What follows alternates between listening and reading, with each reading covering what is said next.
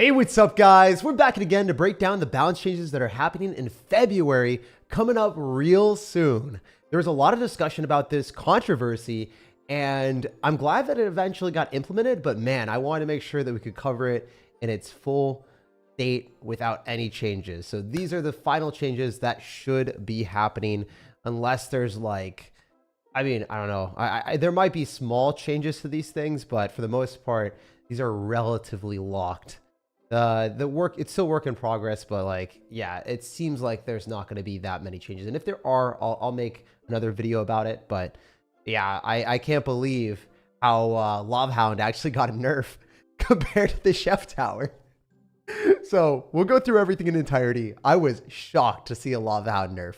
Personally, I don't think that Lava Hound's overpowered. I think that the Chef is overpowered. And if you guys understand how it works, is the Chef gives pancakes to Lava Hound. Lava Hound becomes level 16 or level 12 on tournament standard.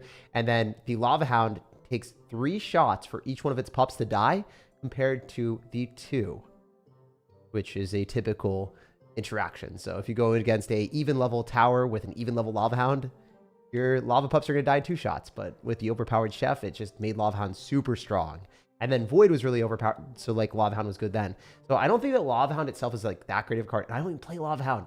I'm literally a Lava Hound hater. So I feel bad for Lava Hound players. They do not deserve this nerf. So yeah, 7% hit points nerf.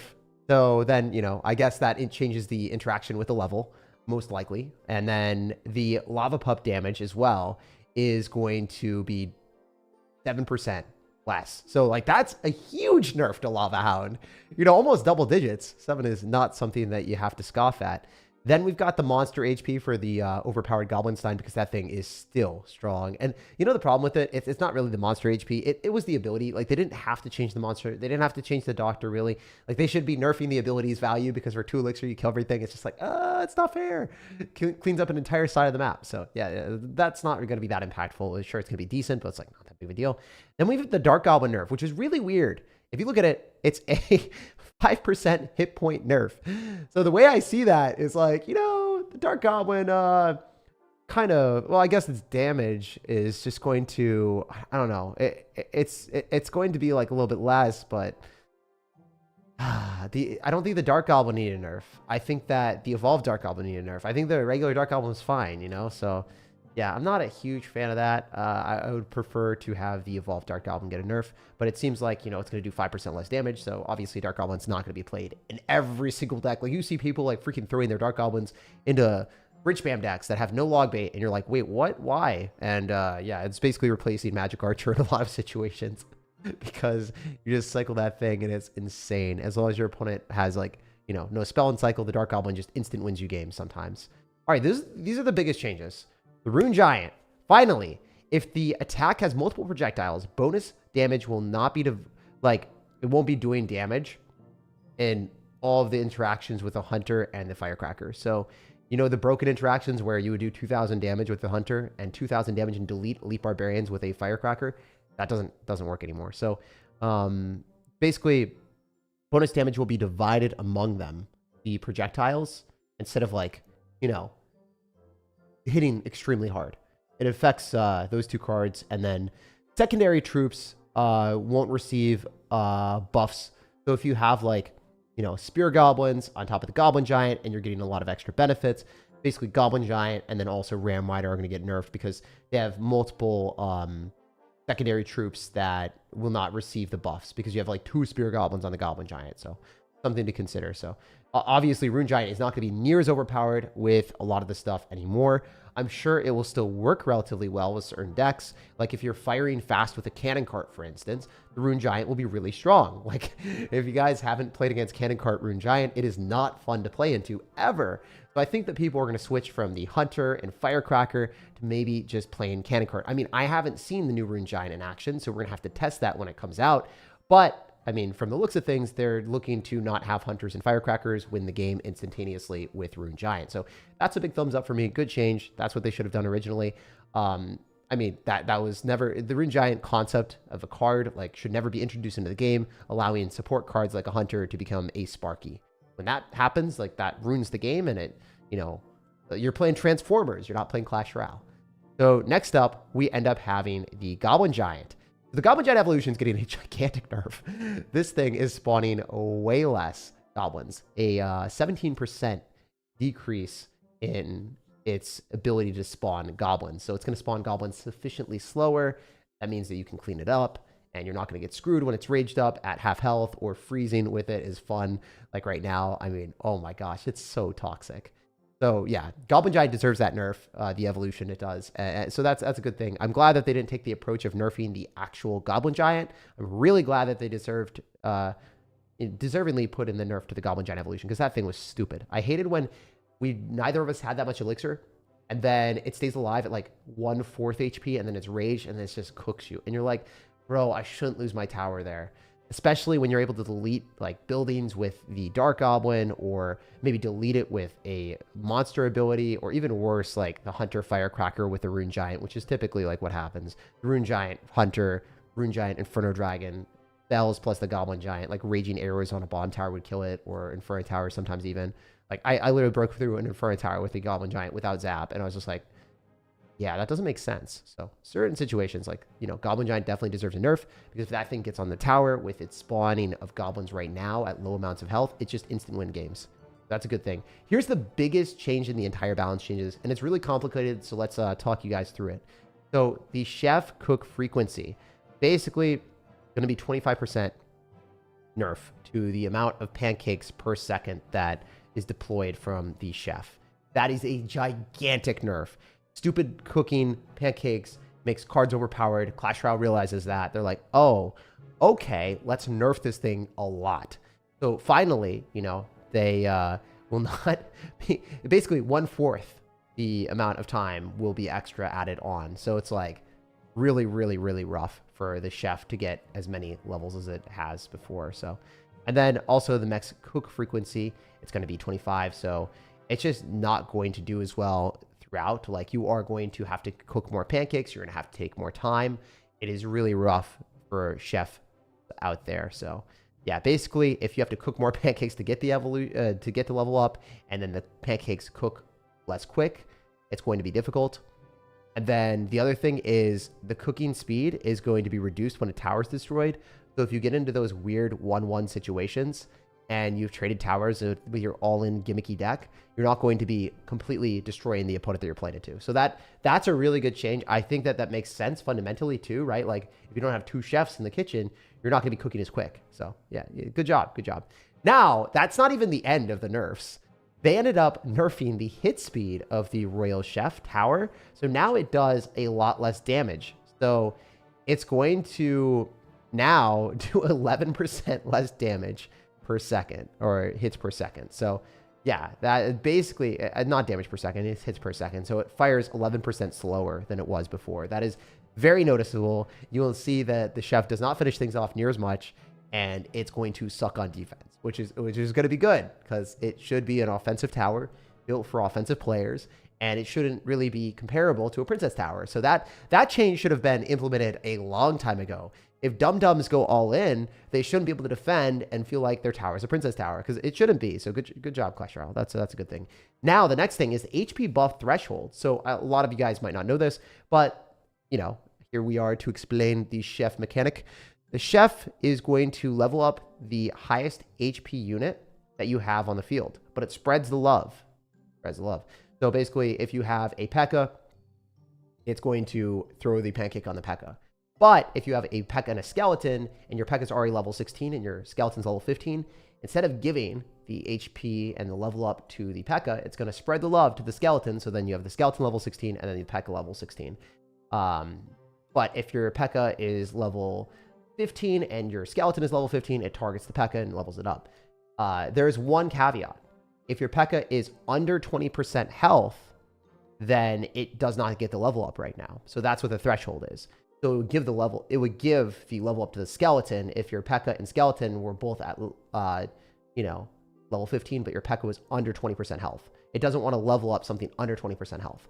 So now it's going to be 33% health. Your unit has to at least be 33% health for it to get the level up from the chef tower. So now that's a really big change, because Goblin Giants that, get a little bit lower, now they're not going to be able to get the buff. You know, a Goblin Giant's not going to get the buff in your face. And if you guys know what the buff does, it increases the health and damage of the card when it levels up. So it's basically like an auto-built heal. There's a lot of situations where the Evolved P.E.K.K.A.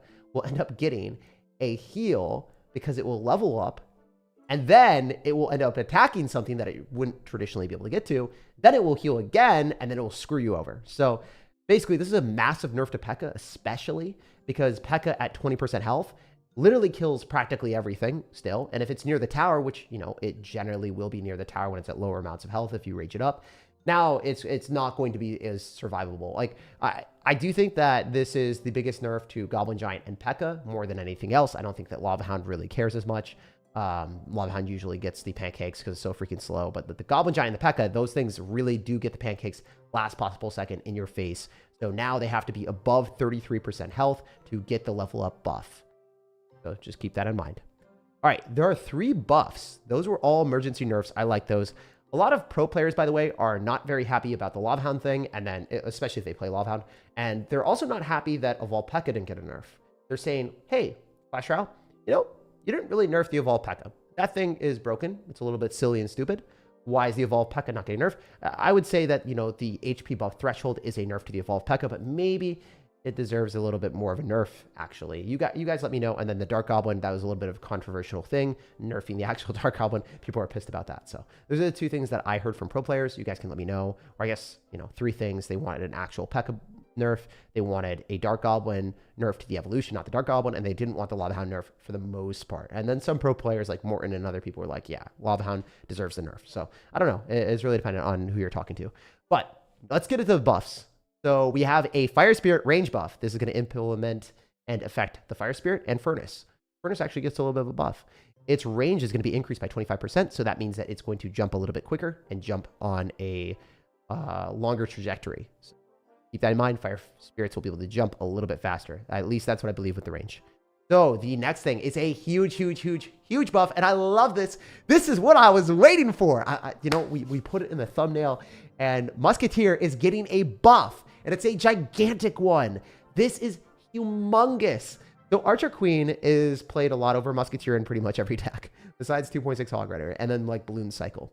And the Musketeer evolution, it's okay. I mean, I like it, but a lot of pros are just running Dark Goblin evolution. A lot of people are running Archer Queen because Archer Queen's OP for the 1 elixir ability. And everyone's forgot about the Musketeer. So Musketeer is back in action, and this is a huge buff to the 3 Musketeers as well. I think that they're trying to buff 3 Musketeers, and the issue is Musketeer and 3 Musketeers are comprised of the same card. So if you're buffing 3 Musketeers, you're buffing Musketeer. And then I think that 3 Musketeers could get a much bigger buff, and that'd be good for the game. I don't know if this buff is going to be an overkill for the regular Musketeer, and the regular Musketeer might be completely overpowered. So if you're running a Balloon Cycle deck or a Graveyard deck, or maybe even a Goblin Giant with Musketeer to snipe buildings, like I've seen that with Sparky, I think those decks will be really strong. So if you guys don't know what first hits time is before it targets another card, its hit will be, you know, usually slower than the other cards. So if it's attacking something and it's continuing to attack, usually those first attack is going to be the slowest, and then the second attack and third attack will be a little bit faster. That's how they nerf cards. That's how Clash Royale has always been about it. They're like, you know, if we want something to not rapid fire kill everything, we're okay with it locking onto a golem and doing consistently more damage and like killing it.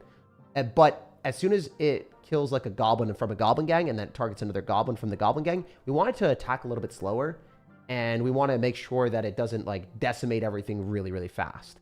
So that's one thing that Clash Royale does. If like you're playing against Bridge Bam and you have a Musketeer on defense, they didn't really want it to just obliterate all of the stuff.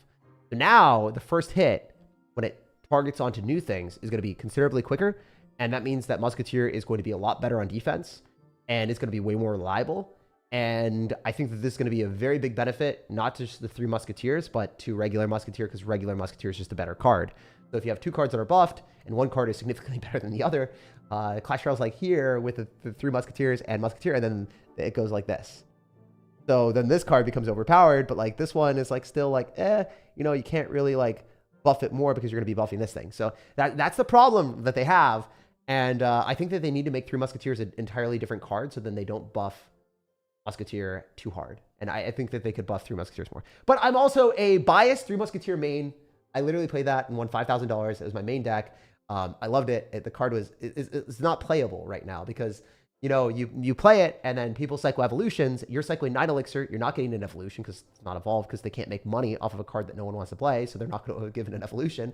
They're giving this consolation of a buff to be like, hey, Musketeers, you're playable now. Like 3 Musketeers needs a buff from an evolution standpoint. Also, another thing that they could have done is just straight up given the 3 Musketeers an evolution. Who knows? This makes me feel like they're not going to give a 3 Musketeers evolution for a long time.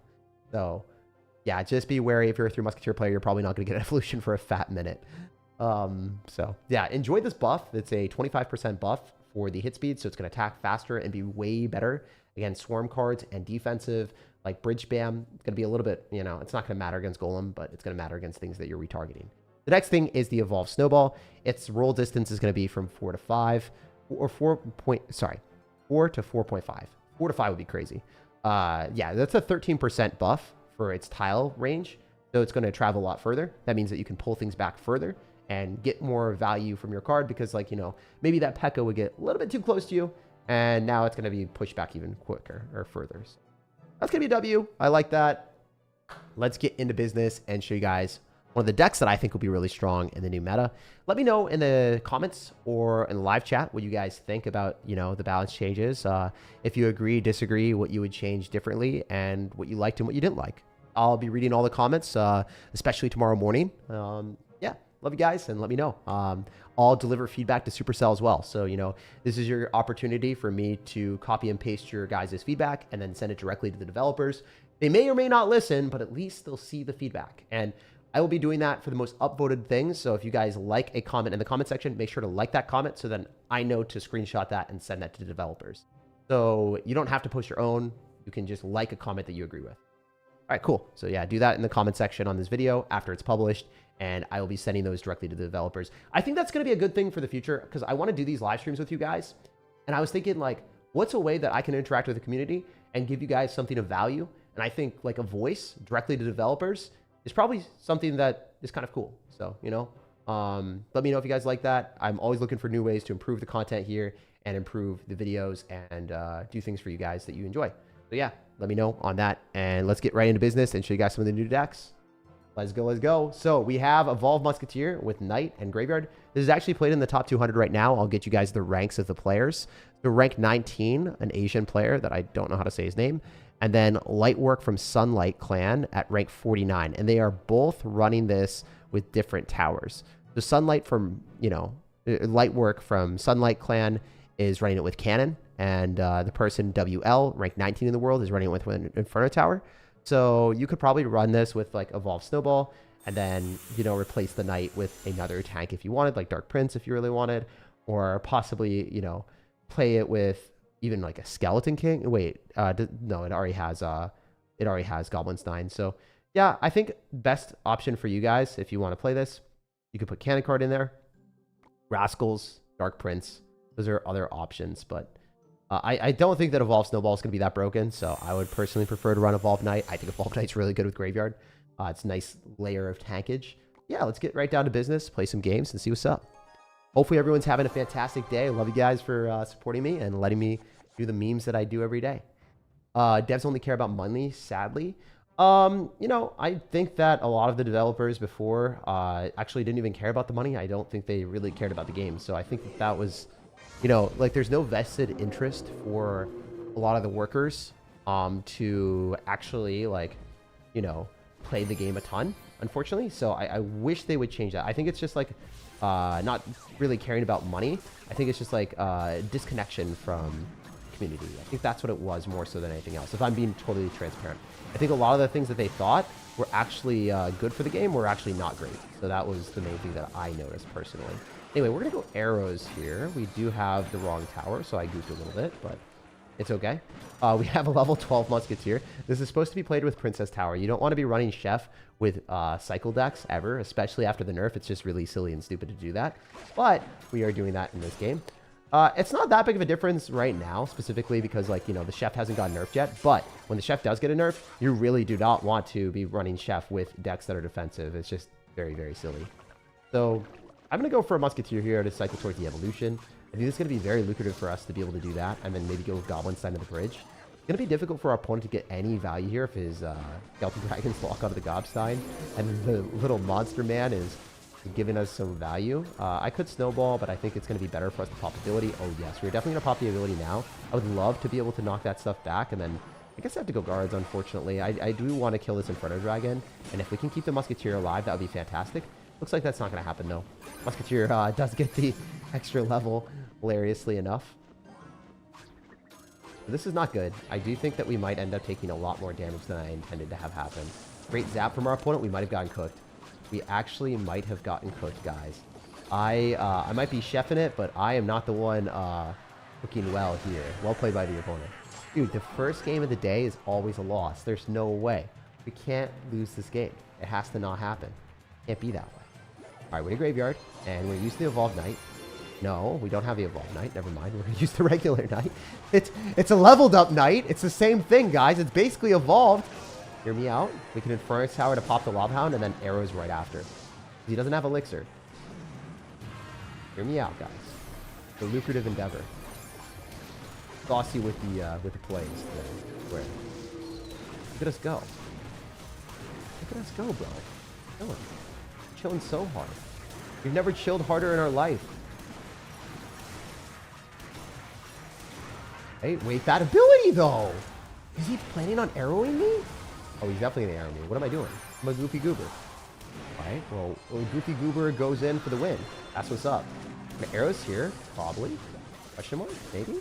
Maybe we can go Knight and then tank for the, how is that still live? Oh my gosh. Yo, guys, we might not lose the first game of the day. That'd be insane. I never don't lose the first game of the day. Hey, we didn't lose the first game of the day. If you guys enjoyed, definitely... Oh, why did I say enjoyed? If you guys are enjoying the stream, or if you guys enjoy this type of content, definitely leave a like. It helps me out. It lets me do more content for you guys every single day. Whether it's a YouTube video or a live stream like this, I will always, always, always have content for you guys. Been doing this for 7 years now, every single day, which is insane.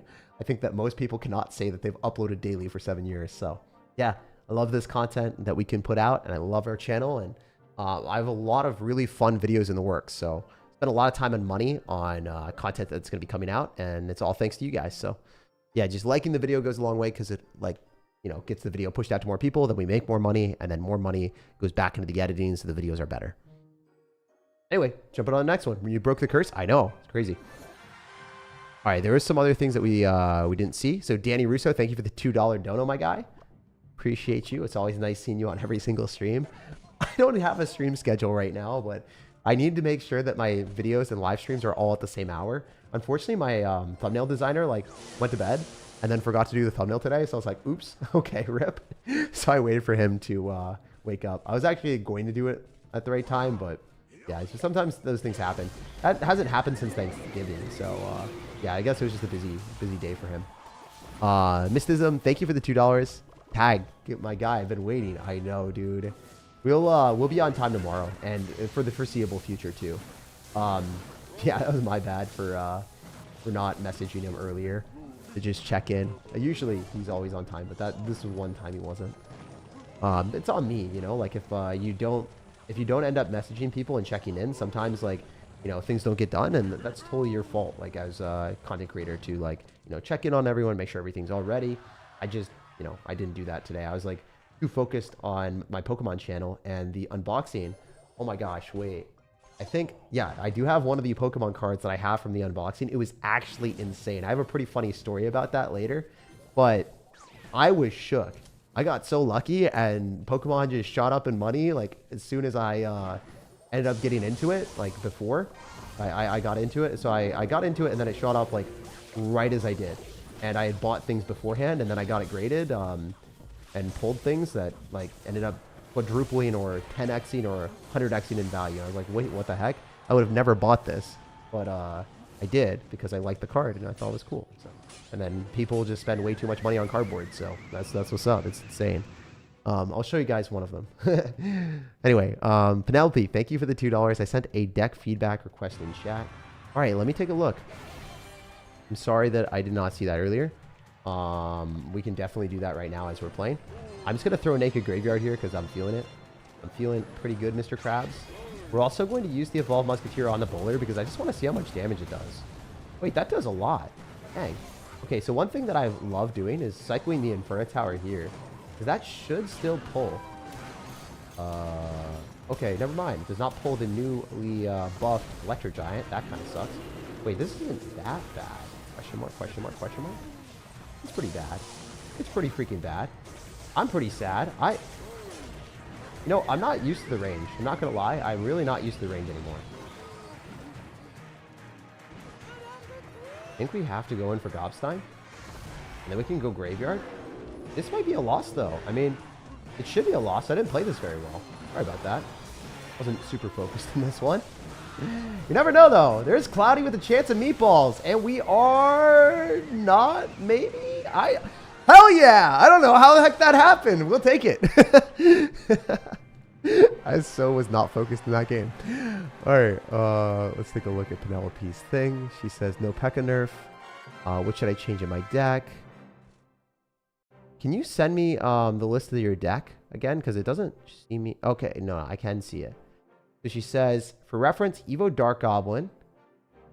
Oh, Evo Goblin Giant, Evo Firecracker, Rune Giant, Cannon Cart, Fisherman, Hunter, Fireball, and Zap. So yeah, for the nerf, like, you're probably not going to want to use Firecracker with that. I think Cannon Cart with the Rune Giant is going to be pretty good. Hunter will still be, I don't know. I think Hunter might be decent still. I would always, like, prefer to run Rage with Goblin Giant Evolution because it synergistically is very strong. So I would definitely run that. You could also put Flying Machine for other Fireball bait over potentially the Firecracker. And then you could run Evo Zap and Rage. I would run Evo Zap Rage and then remove the Firecracker entirely and then put in a Fly Machine. And then you could also, yeah, I think the rest of the deck is probably fine. I'd do Evo Zap, remove the Fireball, put in a Rage. You have like more small spells and more maneuverability since your deck also has a pretty slow cycle. So I would test that out. You could also run it with Bats Evolution. A lot of people have been running Goblin Giant with Bats Evolution, and when you rage up the Bats attack faster, so then you get more heal value. That's something that I would consider. But Bats Evolution is probably one of my favorite ones to play. It's super underrated. Yeah, I really like playing it pretty much whenever I get the chance. I played in the 20-win challenge as well, so for a lot of my decks, I tried the Bats Evolution. I just like it because if you can make dual lane pressure with evolved Bats, a lot of times you can just win the game. So keep that in mind. And hopefully that helps you, Penelope. Love you lots. But the Bats Evolution, I think, is goated. I think Bats Evolution is really good. All right. Yeah, he's running broken cards, so let's see what we can do. We are going to maybe melt the Inferno Dragon, so I'll take what we can get. I'm also going to go guards here. Ah, nice. He just gets his sizzle stopped. I'm going to go Musketeer here. I do think that it's better for me to go Graveyard when I get the opportunity against these type of players with Royal Chef. I'm not super scared because we do have Inferno Tower, so typically this deck, like right now, needs Inferno Tower. Maybe you're going to be able to run Cannon later on. Inferno Tower is really good against Lava Hound decks as well, so keep that in mind. Maybe not my best Graveyard, but it's still fine. Like, I should be able to shut this down without that much damage. Wait, Rice the Niner. Thank you so much for the 5, my guy. Hopefully you're having a fantastic day, and yeah, I'm glad that we didn't get blasted with an overpowered shotgun shell from the Hunter dealing 2,000 damage, so you're blessed in our day too, dude. Love catching you live, Jake. You make the best CR videos, hands down. Yeah, I spend a lot of time and effort on the CR vid, so I personally would be like, I like my videos the most too. it just makes me really happy when other people say it, because it's like, I think every content creator, if you ask any content creator, they're going to probably like their videos the most. And if they don't, then they probably don't make videos that they're really passionate about, right? For me, it's not about like milking as much money as I can from the content. It's also not really about doing like daily videos as much anymore, because I want to make sure each video is just really, really good. And to do that, you can't necessarily upload daily videos as frequently, because sometimes the video just won't hit the way that you want. I make so many changes to my content, and I make a lot of changes. So if I'm consistently making different changes and making the video the best they can be, it's kind of hard for me to pump out daily content every single day. Because then sometimes it will be forced, right? If you're forced to do daily videos, you know, the content might not stack up to where it should be. And if you're just putting out a video to make money or putting out a video to hit a deadline, it just isn't really quality content in my end. And I used to do that quite a bit. I mean, I could still do content right now, but I just want to be really proud of every video I put out, if that makes sense. Also, are we just going to lose to the Hunter? I think we... It's pretty obnoxious, not gonna lie. Yeah, I think I just lose here. Yeah, that's one of the problems with the Rune Giant right now. It's not nerfed. So we are trying to play this right now, but for the most part, you know, he's just running a broken deck. It's very viable for us to win that, but hey, I mean, that thing is going to get nerfed for a reason. There's a reason that we're not playing as much Clash Royale right now in this meta. Because of that thing, they just spam stuff behind a Goblin Giant, and sometimes it is undefendable. When you do have the Inferno Tower, if they zap and reset it with the Evo Zap, and then they get the Goblin Giant, that's, you know, getting the enhanced benefit, it's super tough to defend. We still, like, could keep the Inferno Tower alive if we had a Knight in front, so I kind of goofed and I overcommitted, and I was down Elixir. Also, we can Gobstein. The thing about this deck is you have Knight and you have Gobstein, so you can defend against a lot of the people that are throwing down Goblin Giants. So I didn't play that well. I think I could have defended a little bit nicer. Would have been better for us if we did. Thanks a lot for the challenge deck. I completed easily 10-1. Nice, dude. Congrats on that. I went in your hard work for all the challenges. Yo, let's go, dude. Yeah, I think that the challenges sometimes don't hit for some people. I was reading some comments today. Some people are just like really pissed about it. I try to give like a whole bunch of different decks that people could play, but the one thing that I've realized is it's actually impossible for me to like make a deck that every single person, no matter like what deck card combinations they're used to, like, yeah, someone's gonna be upset no matter what. That's the thing that I've realized being on the internet as much as I have been. I would love to make every single person happy and every single person like have the deck that they want, but you know, sometimes people just get angry because the deck didn't work for them. Like maybe they play like Hog Rider and they're very comfortable with Hog Rider, but then I was able to like build something for like P.E.K.K.A players, and then something for like spawner players that just don't really want to think that much, and then like for really high level players that were able to cycle and mess around and screw people over just for a fun deck. So I had a whole bunch of different options, but I didn't have something for every single person that was comfortable with those cards. And I got feedback from my real life friends too that are like not very good at the game, and they told me like, oh yeah, so you know, I just was uncomfortable with the deck because I just have never played X card before. So sometimes that will happen where like if you've never played a card in your life and then it's in the deck that I create, like you're going to have some struggles. You're just not going to do well. And no matter if the deck is good or not, like you're just not going to have a good time. So it's hard because sometimes people just play one deck all the time. And yeah, they're not going to have a good result with just playing one deck ever. All right, so we're going to hopefully not waste that on a bat, and we do waste it on a bat, which really sucks. But it is what it is. What time is it for you right now? It's 9:52. Watching you since 2018. Hell yeah, dude. That's a trip and a half. That's a journey. 2018 goes hard. I have not remembered that or like remembered the fact that, you know, 2018 was a thing. All right, we're gonna pop ability here. I think we're going to Inferno Tower since we want to retarget on the Battle Healer. It retargets on Battle Healer because the Gold Mites aren't going to be on the map for a single second. So, like, the way it works is even though the Gold Mites are in front, because the Golem explodes, the Gold Mites are not going to be on the map because it takes a little bit of time for them to load in and transform. So then the tower will go and target on the thing that we want. So, very nice for us.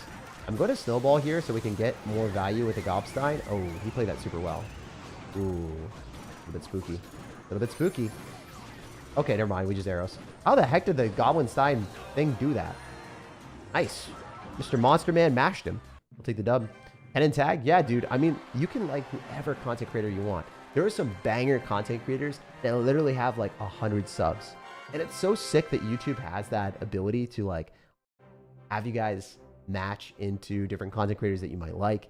Seriously, I think that the biggest thing that a lot of people have to get away from is being like, oh, person has a lot of subscribers, person has a lot of views, and be like, those people are the best. You know, sometimes if the person has a lot of views, you can like different things. You can like different content creators. So I'm glad that you guys like me. It makes me happy. Appreciate that a lot. But yeah, I do think that there's, you know, that's one of the things that I dislike, I think, the most is like for not just views or YouTube, I think just for in general, like if someone has a lot of followers or whatever, then their viewpoints are generally regarded as something like valuable. Specifically with investing, it's super triggering. Like I see really, really, really bad advice in a lot of regards for investing, and then also like finance, and then hilariously enough, also Pokemon cards too. Like sometimes people like project really bad opinions that are like, you know, kind of harmful. Where they're like, oh yeah, no, this card is gonna like go up like 100x or like whatever. I'm like, wait, what do you mean? Like, sure, you have a big following, but like, let's not say your subscriber base to buy this card, right? Because it went up a lot, and then people could lose a lot of money doing that. So I don't know. That's one thing that bothers me a lot. So I don't know. That's another rant. Sorry about that, dudes. I only watch content that I enjoy. Yeah, same here. I don't care like how many other people watch the content. I only watch content that I personally like. And that was something that actually took a little bit of time for me to get used to, or like think about. I introspectively thought about like, why was I watching this video, or like, why was I watching this? I was like, this is not as good as other content, you know? That's why I personally, like, I'll always try to create content that I really, really like. My motto for creating videos is like, if I want to watch it, then I'll publish it. If not, it's not going on my channel. Every video that I publish on this YouTube channel is something that I personally enjoy and I want to watch it. Otherwise, it just gets deleted or not uploaded to the YouTube channel. It's just straight up how it goes. I've deleted a lot of videos in my time. I've deleted a lot of videos. SirTag investment channel when? I don't think I'm going to do investment channel because it would just tell you to dollar cost average in VOO or dollar cost average into index funds. And that's what my advice would be. And any person that says different advice where they give you stock picks and stuff like that is either being disingenuous or is extremely good at what they do, and is like a complete outlier. So yeah, it's like, yeah, and I would bet that most of them are being disingenuous. Almost all. It is what it is, man. It be what it be. The thing is, the really bad thing for investing channels is you can't necessarily like create investing content because you would be pumping out the exact same content on repeat. You guys feel me? If there's one piece of investing advice and you're forced to make money by like creating content on it, you can't just continuously make the same video over and over again. But investing really is that simple. It's just like taking index funds and investing money into it. That is it. And I thought it couldn't be that easy or that simple. And I decided not to do that for a long, long time. And then I was like, wait, I lost a lot of money to, you know, like, what's it called? Inflation and just unfortunate circumstances where, you know, you expect inflation not hit as hard as it does. But, you know, I'm like, oh, you know, over time, the stock market, like, it could change or whatever. But in reality, like, index funds just go up over time if you hold for freaking forever. Even if there is a crash or whatever. I remember CWA talking to me about it. He's like, yeah, dude, I sold my portfolio. And I saw the like stock market go down, and then it shot back up right after, and I felt so bad. I was like, yeah, dude. I remember that. I was during the market crash in like 2021. We were talking about it. It was super sad and funny at the same time. It was like, I learned from his loss. I learned from his experience. Shout out to having homies like him that will be honest with you and like tell you things. Yeah, I don't know. CWA or like friends that are older genuinely feel like, I don't know, really good wealths of information that if they're nice people that you can rely on that have experienced certain things before. Yeah, it's nice to have like a personal experience because it hits harder and then it makes you really revisit things. Sometimes if you read about it or you hear about it in a book, like a little bit different, but like if you have a personal friend that's affected by something, it's easier to like really make change or really consider things more because it's like a more personal experience, I think, at least for me. Also, hopefully my YouTube content is still working. It just crashed out on my stream, so we will see. Seems like we're still live, hopefully. Let's throw down a graveyard here because this is going to be really lucrative for us. Throwing down an ability while our opponent goes recruits and has literally 0 elixir is pretty funny.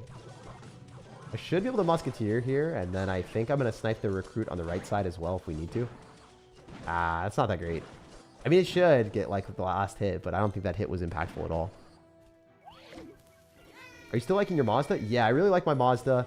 The issue with Mazdas in general is the paint quality is really bad. So that would be one thing that I would be wary of. Also, you're not going to get as good mile per gallon compared to other economical cars.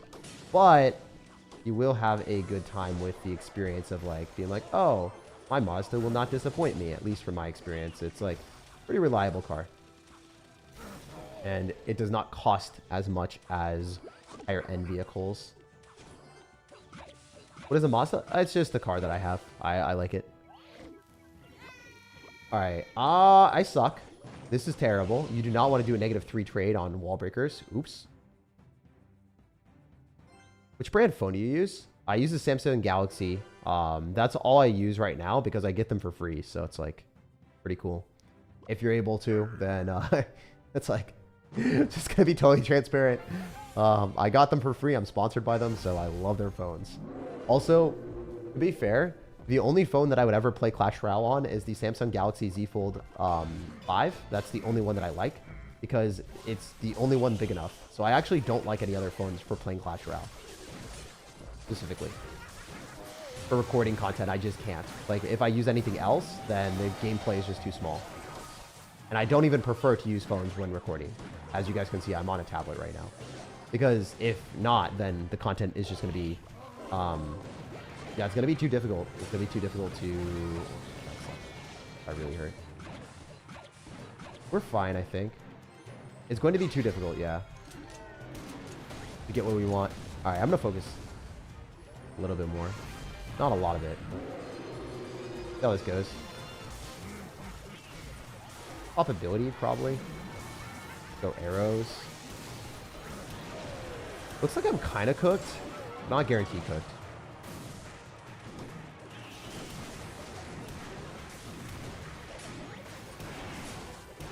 Nice. Are we fine? I don't think so. How screwed am I, though? Oh, we're not super screwed. We didn't super sell. We're still alive. Still alive, but barely breathing. Alright, he's like, why didn't you die? Because it was completely calculated. Not really. Oh, that sucks.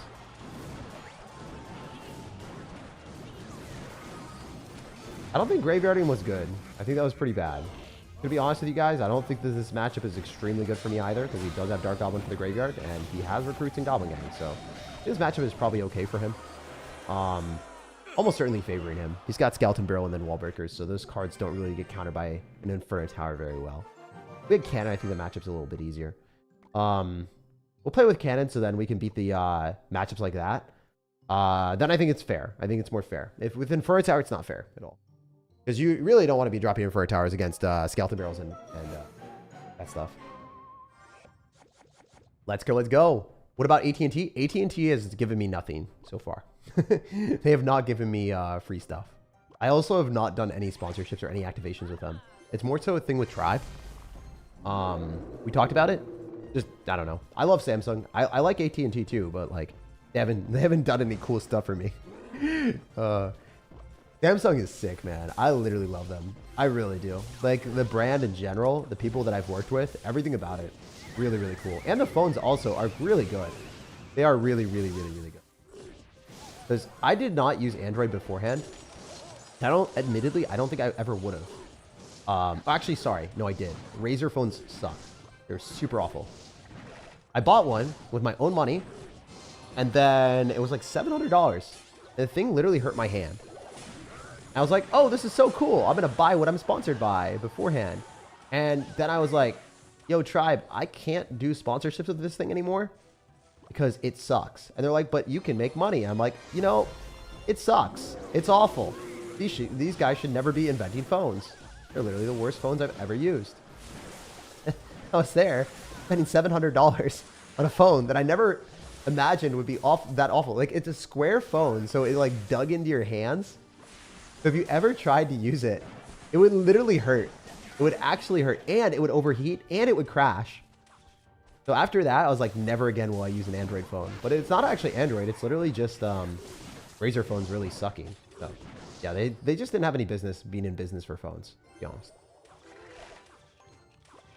I remember B-Rad and other people using them as well. And they're like, yeah, these suck. I'm like, dude, if only I knew earlier. Because I was the only one that spent money on the phone. I was the only one, I think. I think everyone else got them for free. It was also before I was bigger, I think, too. It was super funny, though. I was traumatized. I was straight up traumatized. I was like, no, I can't in good faith, like, recommend a phone that other people, yeah, so, like, at that point, after I had done that, like, I did, like, you know, like it a little bit until I started having issues with the overheating and then also playing for a long period of time. Like, for the first, like, week or so that I was using it, I kind of liked it. I was like, damn, this is so sleek and cool. It's a different type of phone. And then I realized, like, after playing for a week, how my hands really hurt with it. And also, it started overheating and malfunctioning. So it just wasn't very reliable. Then I couldn't recommend it after that first week. That was kind of funny, though. I still have the phone, too. Maybe it's a collector's item at this point. Because you already know, they're definitely not going to do that again. There's no shot that Razer ever goes into the phone business. That thing really sucked. Like, impressively so. We're just going to cycle knights. I'm going to use cannon from now on in this deck. Like, you know, after that horrible experience of our opponent killing our Inferno Tower with Royal Recruits and Skeleton Barrel and other stuff, we do want the more cost-effective defense.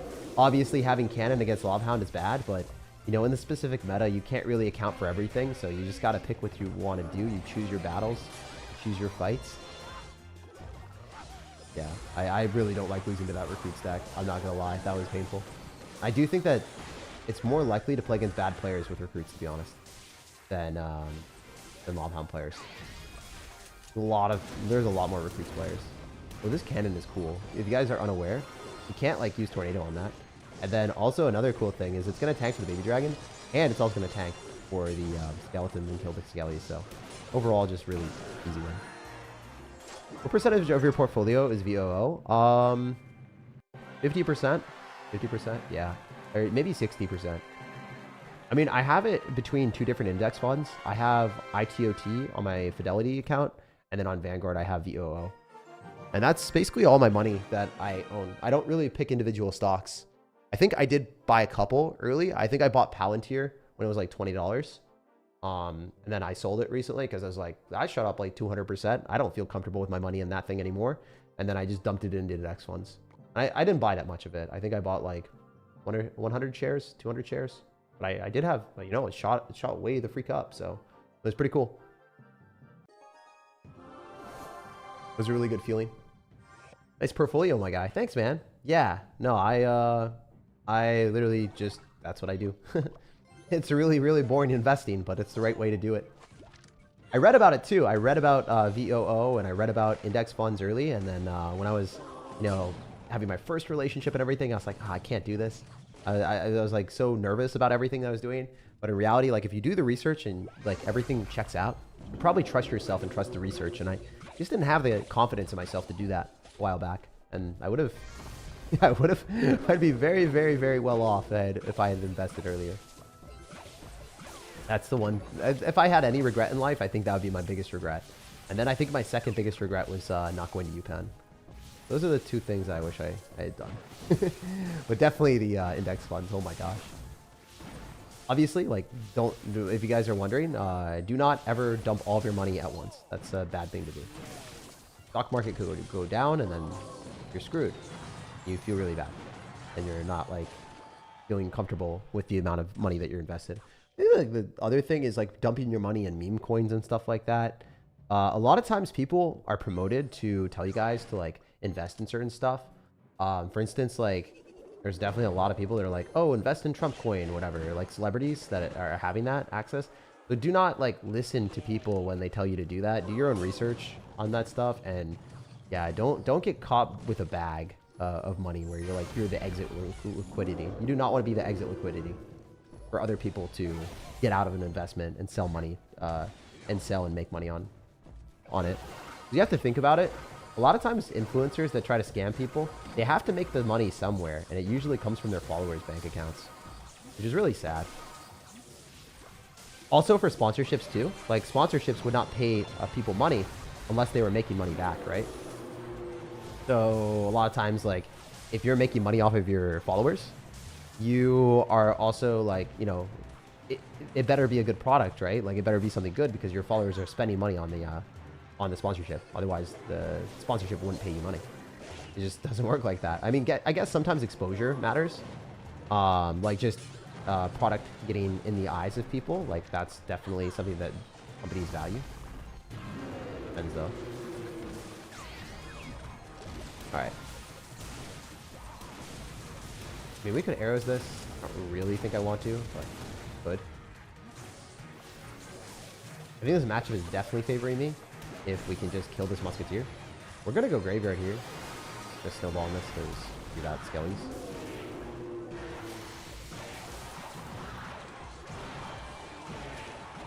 A little bit annoying. I mean, actually, this is not that favoring me because it is Goblin Barrel Evolution. It's kind of annoying. I wish this was easier. It's not. A little bit of brain rot. The Dark Goblin also is super obnoxious. All right, we have to focus up. We have to focus up. This matchup is actually not very good.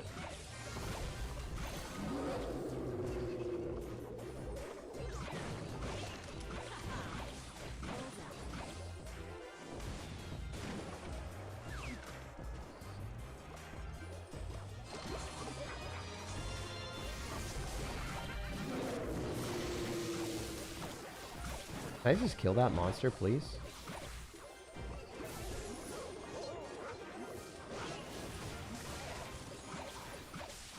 Pretty annoying. The Dark Goblin especially is super obnoxious. Such a good card. I would say Dark Goblin makes Graveyard like super useless in a lot of situations. And this guy seems good at the game. He seems like he's just like not giving me that many opportunities. Big one's on the left.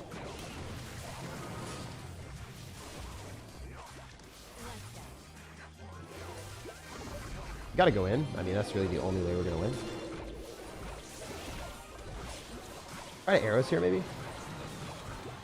But he's just able to cycle so many Dark Goblins, and he's played this really well. He's not a bad player that has a good matchup. Kind of tough. Dark Goblin's just so annoying. I want to check this guy's ranks afterwards because it seems like he is literally very good at the game.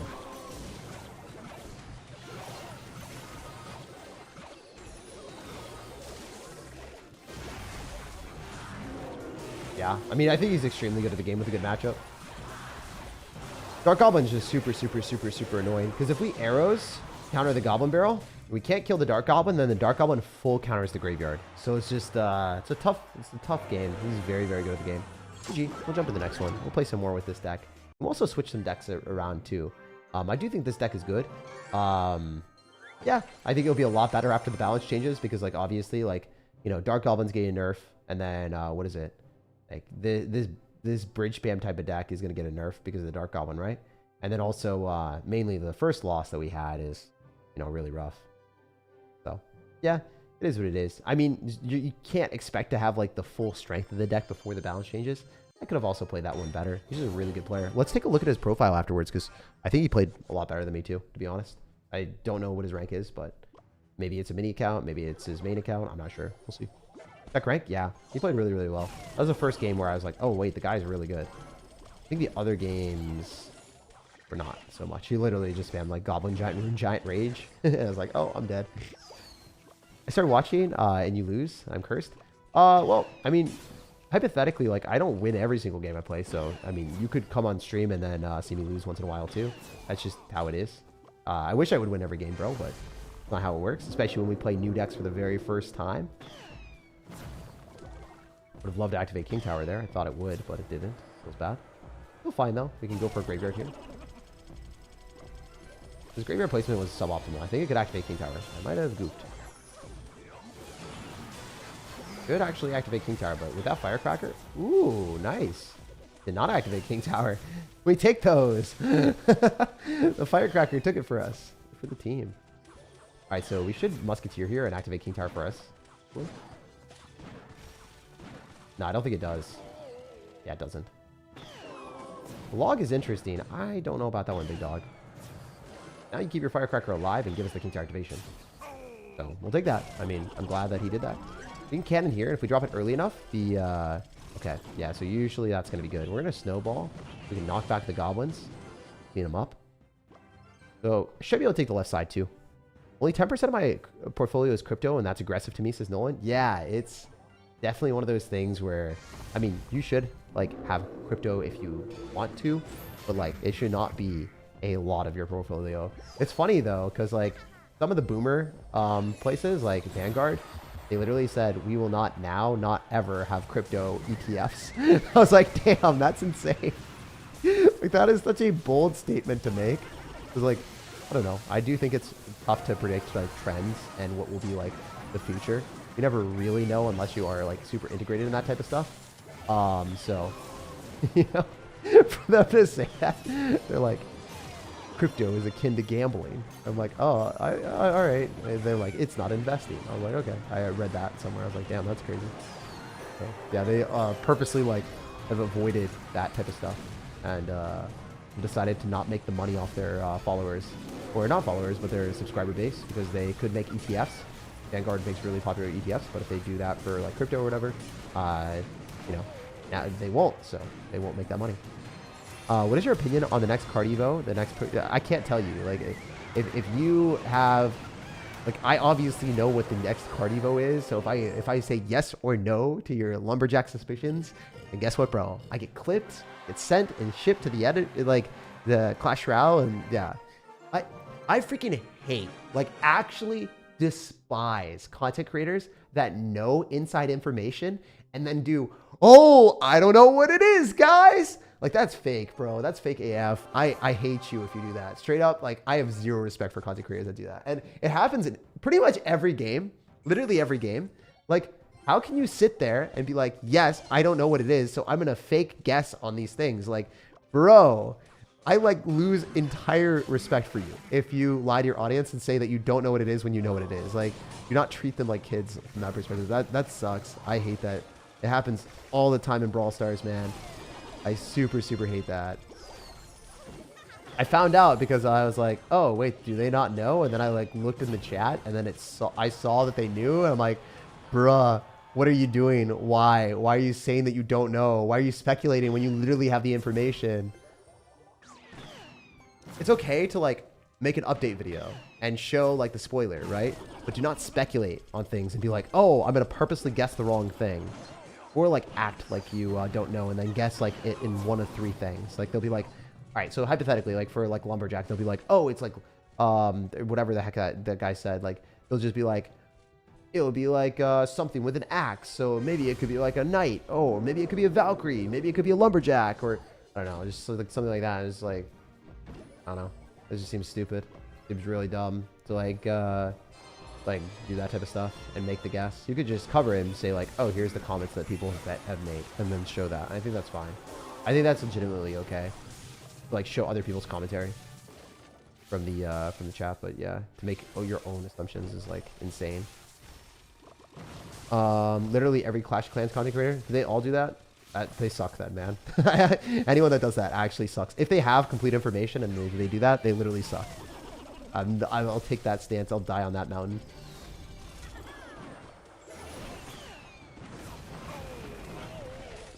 Alright, I suck as well, but I suck in a different way. Suck from a gameplay perspective. Nice. Good gameplay. Letting a firecracker evolution hit my tower. Great, astonishing, perfect plays. Alright, where's Snowball here? Go for Gobstein. Yeah.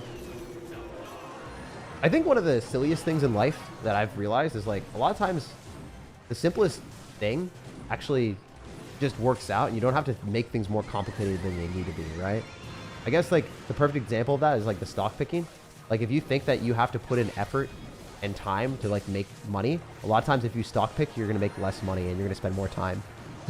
Instead of just like dump your money in index funds, because a lot of the high frequency trading from like, let's say Jane Street, right?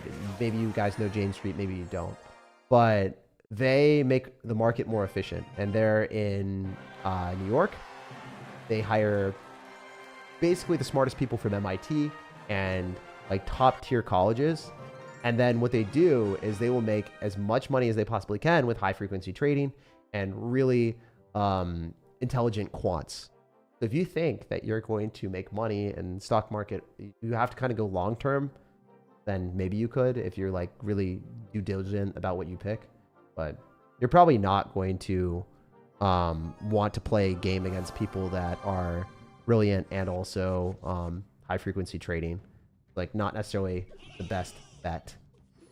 But yeah, for instance, like it's super easy to keep it simple, stupid, and then be successful. Same thing for like Clash Royale. A lot of times people like will overthink a lot of decks. Like sometimes the strongest decks are the more figured out strategies. Like for instance, you could try to come up with 10 different ways to play Rune Giant, but the thing that's already figured out is Goblin Giant Hunter, right? So like to try to optimize and be better than that, like you might be wasting your time. Like you can do it for fun and stuff, but like if you're really trying to come up with like the #1 new meta undiscovered deck, a lot of times it's like not going to be a good utilization of your time. Anyway, we're gonna Snowball here. Should be good. Like snowballing early so I don't have to spend as much elixir. This Firecracker is gonna be a pain in the butt, dude. Why would you have arrows? What are you doing? You crazy person. Or sorry, Tornado. This is kind of weird. I don't think this deck that he's playing is even remotely good. Our strategy here is just to go in for a graveyard because we don't really care about having a tank when the Cannoneer can't even kill like the skeletons by itself. So I'll just naked graveyard arrows and then I'll get a ton of damage because you literally have nothing. This deck is awful, like with the Cannoneer into graveyard. So yeah, just drop your spells and watch your opponent just crumble. I'm 20 and 11 on ladder with my own deck. Yeah, I mean that's the other thing is like, if you enjoy playing your own deck as well, like go for it 100%. I'm just saying, like, yeah. A lot of times people try to make things more complicated than they should be, right? When there are absolute like objective like things in front of you, right? Like I don't know. It's one of those things. Also, I'll have some of my friends as well that will oftentimes like wait until the wee hours of the night or whatever, or wait for like something to have a discount on certain things. And this is something that I used to do as well. And reality, like they'll drive like, I don't know, an hour for a $2 or $3 discount because they'll be saving money. So it's like a satisfaction thing. But in general, like also you have to value your time as well. And your time at like a, so one I think perfect example is, you guys know like the surveys, right? For the mobile gaming surveys for whatever, like what normally almost every single one of the surveys that you see on YouTube channels, some of them are okay. Like some of them actually legitimately do give you a little bit of money, but if you make a minimum wage job, you will make more money than like, yeah, you'll make more money than the surveys. So the surveys are kind of like not useful from that perspective. You much rather do a minimum wage job than fill out surveys online and then like make the $3 or $4 per hour or whatever from your survey, because the survey is cool and all to like make, say you made money from your phone just for fun. Like also you have to weigh the opportunity cost a lot. I think that's one thing that I realized a lot. It's like I'd spend too much time like looking at apples at the store and just be like, oh, these apples, like what are the best ones? And then I'd be like, okay, wait, if there's like bad apples, I can go back to Costco on my next trip and I can return them and then it's okay. Like if I absolutely need to, if there's like one really bad apple, like if like 3 or 4 of the apples are bad or something, like I can do that. But like just do a quick look instead of like spending as much time on it. You have an individual account, and yeah, so I have a SEP IRA, and I also have a 401k that I started this year. So yeah, all of my money is like invested, and it will continue to be invested, and I invest throughout the year. I have it all set up. My accountant did it for me, so like, do it. I told him that he's like, yeah, so like we're going to maximize your efficiency with this, and like we're gonna make it the best. I'm like, yeah, dude, I don't think that like I told him like, the #1 thing for me is to save for my future, because you never know what YouTube and Clash Royale is going to do. So you want to make sure that like the free money that I do have, I'm not investing it in like, you know, cars or things that depreciate. I'm investing in index funds, and I rather spend the money on my future instead of spending a lot of money now. Like I don't really have any need for anything. I just like playing video games, and I like being in Seattle, which is overall expensive in general. So kind of just rather be in a spot that I like around friends and not have a lot of material possessions. The one thing that I did do is I, you know, bought Pokemon cards. That was the one thing that I did do. And it's like, that was just for fun. And then I made a ton of money off of it, which was crazy. I didn't expect to. And I actually didn't even want to. It was just like, I like Pokemon cards. I don't really buy cards because I want a scalp or whatever. I buy cards because I like Pokemon. And I grew up with it. And I freaking love it. I super hate that it's actually super popular at this point. And people know, like when I went to Costco, one of the main issues that I saw was people didn't necessarily really care what Pokemon was. They just saw everyone wanting these Blooming Waters set. So people that did not care about Pokemon whatsoever were jumping in line and buying these cards just because they noticed that they were online and they were selling at a higher price.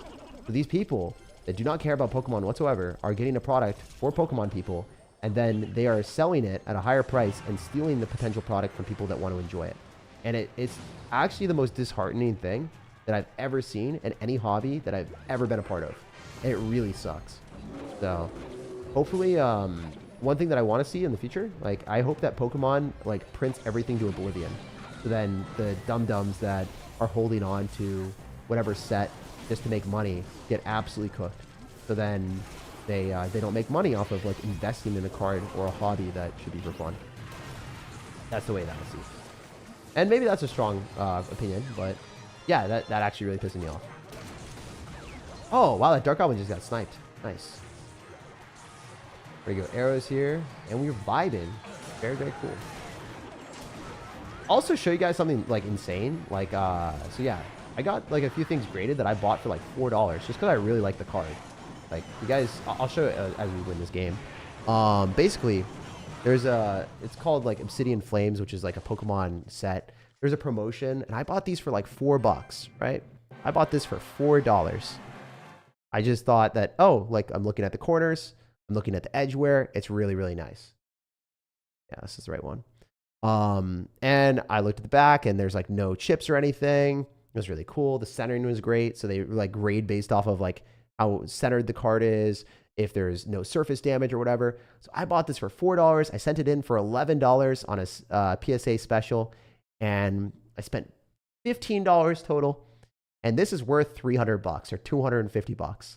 People spend $250 on this. So I'm like, that's insane. So that's the craziness of the hobby right now. Like, people make money on Pokemon cards instead of like enjoying what it is. So yeah, I mean, I invest by accident more so on Pokemon, but I do like the cards for my memories. Like, I'm going to hold on to this for the rest of my life and just be like, I have a Charmander, an angry Charmander. It's really cool. You should stream your other games at the end of every stream. That would, you could slowly ease your viewers into other games if you're looking to expand that way. I think that's a cool thing to do for sure. Honestly, I have a second channel that I should do that on. I have more tag, and I should be streaming more frequently, to be honest, guys.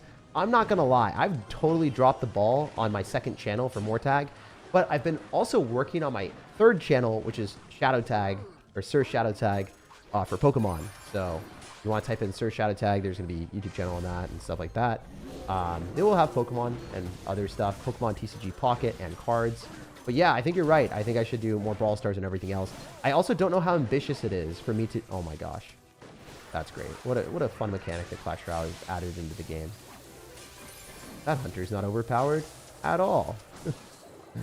Okay, yeah. Basically, I don't want to be too ambitious with the amount of videos that I produce, because I want to make sure that I'm also enjoying life and also enjoying the videos when I create them. If you just like slave away and put out videos every single day or whatever, if you just put out too much content, then it might not be enjoyable, or like quality will slip.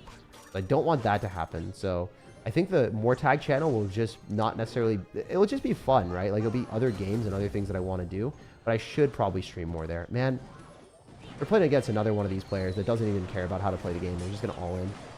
It's not easy to play into. I don't think I could have played this much better, and I'm still going to get cooked, aren't I? Yeah, I'm still almost dead here. If that takes my tower, I don't know what to do. Yeah, we just kind of have to wait for a nerf, right? Like, the Musketeer survived. I couldn't have done that anything better there, right? You just lose. All right, so we obviously have to go Goblin Giant and then Graveyard on the right side. I don't know if you guys remember, but I did make a video earlier, me playing into, oh my gosh, this guy's not very smart. Look at the game, there's a chance you might lose. Pretty cool. So, Goblin Giant gets pulled. We're gonna go Knight here so the cannon doesn't die. Could be good. He cycles the guards too. Yeah, he's really bad at the game. Wow, this guy's horrendous. I don't say this very frequently, but like I will crap on you if you're running like a toxic deck that, you know, you don't even know how to play correctly. Because you shouldn't have taken my tower or even come close to it if you don't know how to play the game, right? Like I'm a top 1,000 player, so matching into someone that like plays the most broken thing in Clash Royale and wins because of it is not fun for me. Nice. I hope, yes. I'm going to give you some crying faces. I don't do this very often, but this deck, bro. Literally just spam things in one side. It's like going for Goblin Giant and then Rune Giant and then just drop things behind it indiscriminately. And a lot of times you're just going to win. It's like the most toxic thing in the game. Like it's basically cheat codes. So yeah, I made a video on it earlier. I every time that I got BM'd by it, I was like, yeah, thumbs up, big dog. You deserve to BM me. Like I have no repercussions on that. Like it is the most deserved BM ever. But yeah, if you guys are looking for free wins, I think that you're going to throw away your morals to play that, but it gets a lot of free wins. It's really, really broken. All right, 4-star drop. This is better than anything that we will get from the Classic Challenge. Insane, right?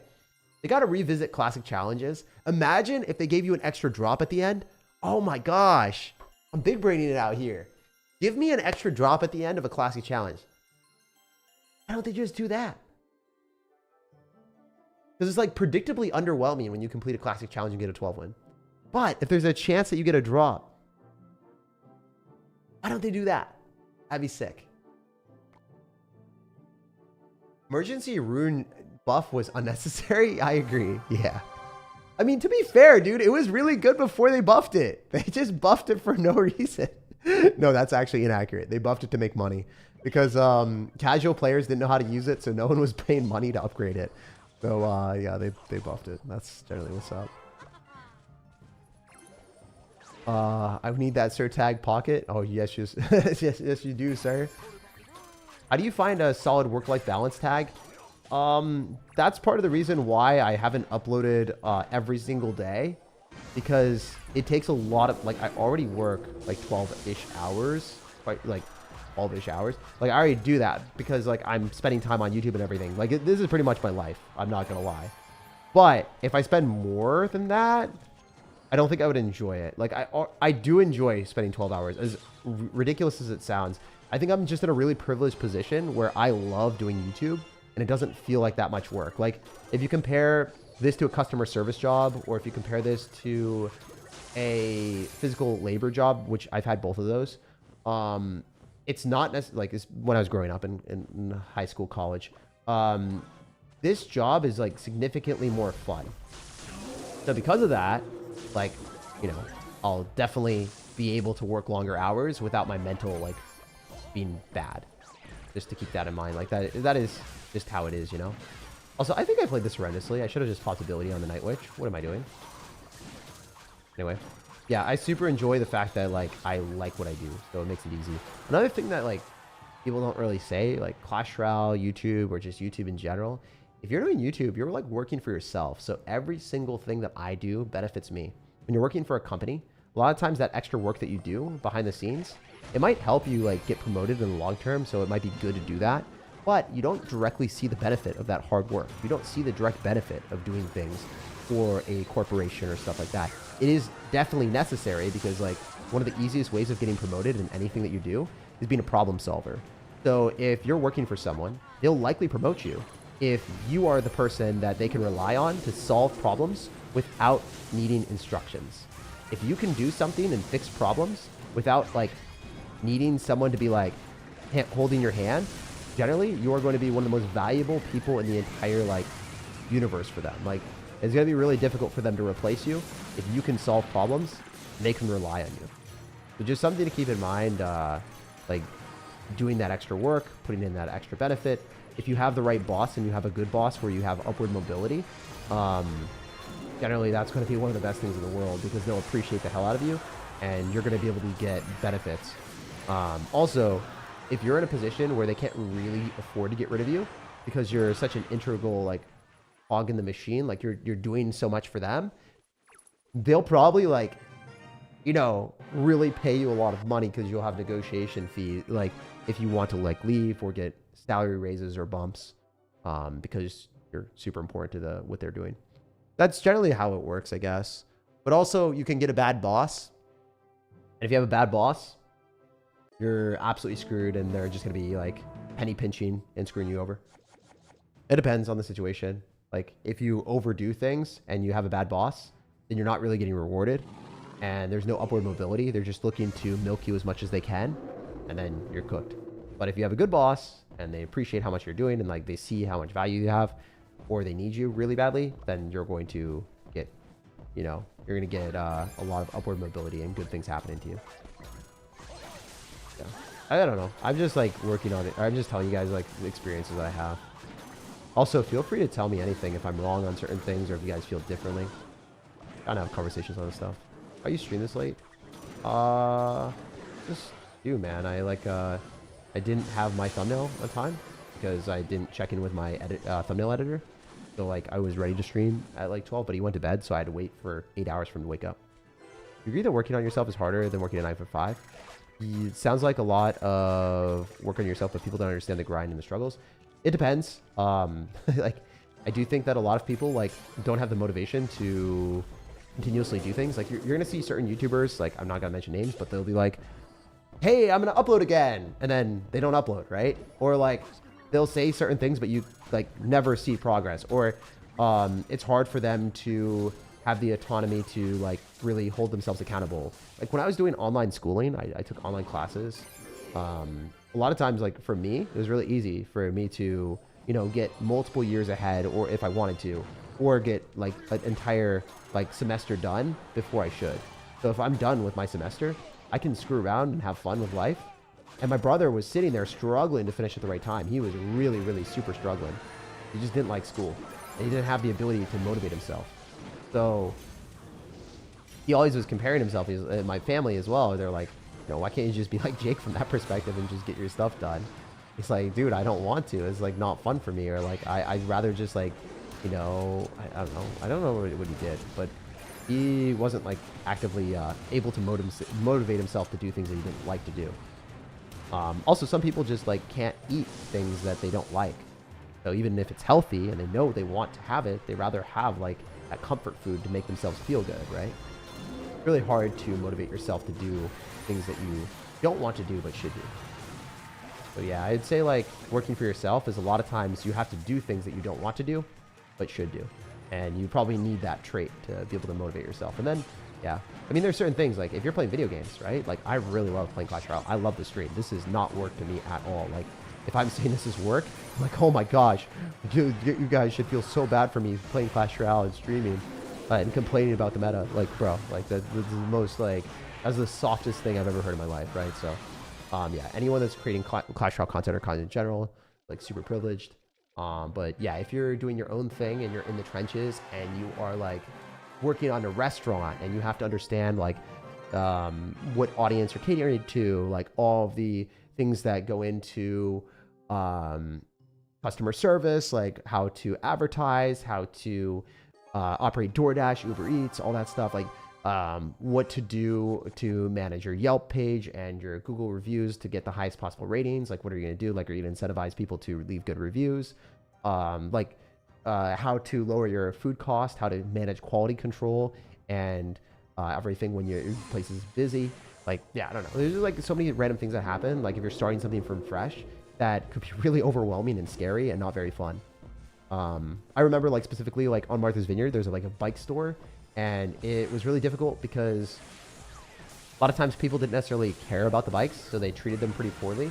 So making sure that everyone, like, number one, took care of the bikes. Number two, if they got hurt on the bike, they had to like sign an NDA or not NDA. They had to sign certain things so they couldn't sue, like before they got the bike, and you had to like walk them through everything, like you know, like because it is America after all, land of the free, home of the suing.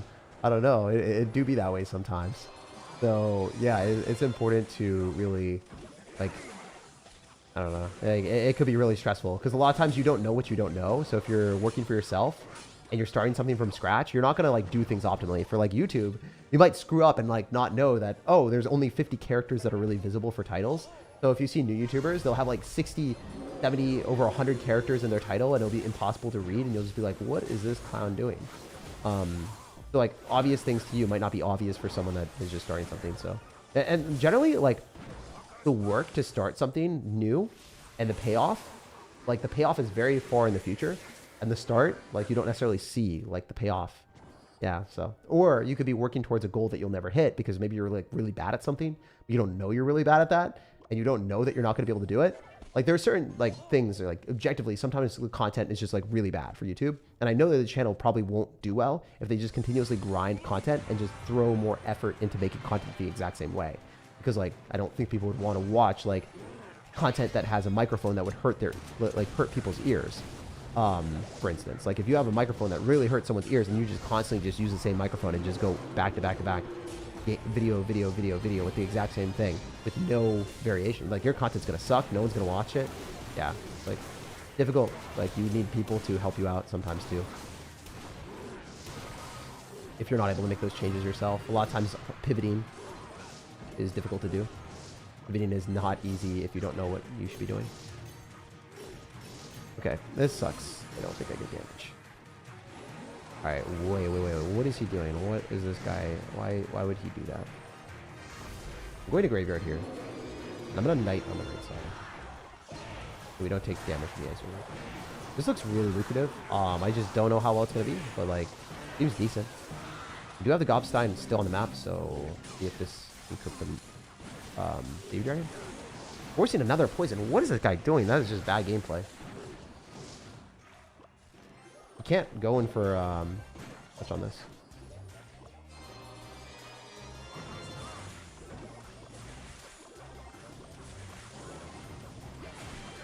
I think the Snowball's fine. It does do a little bit of value for us, so we can slow down everything, so I like that a lot. Hands out of cycle, I think, maybe. Just Musketeer here. Did go with this. Probability 100%. Does hit the tower, right? Yeah, very nice. Yeah, we force a NATO, which is hilarious. It was bad gameplay again. Or throw another graveyard at him just because. Definitely the correct play, I think.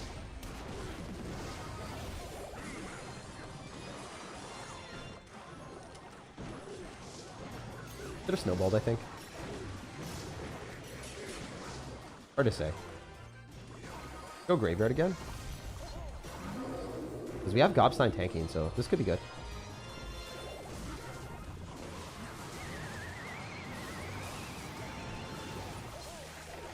Hope we win. Just hard to say. Throw more graveyards at him.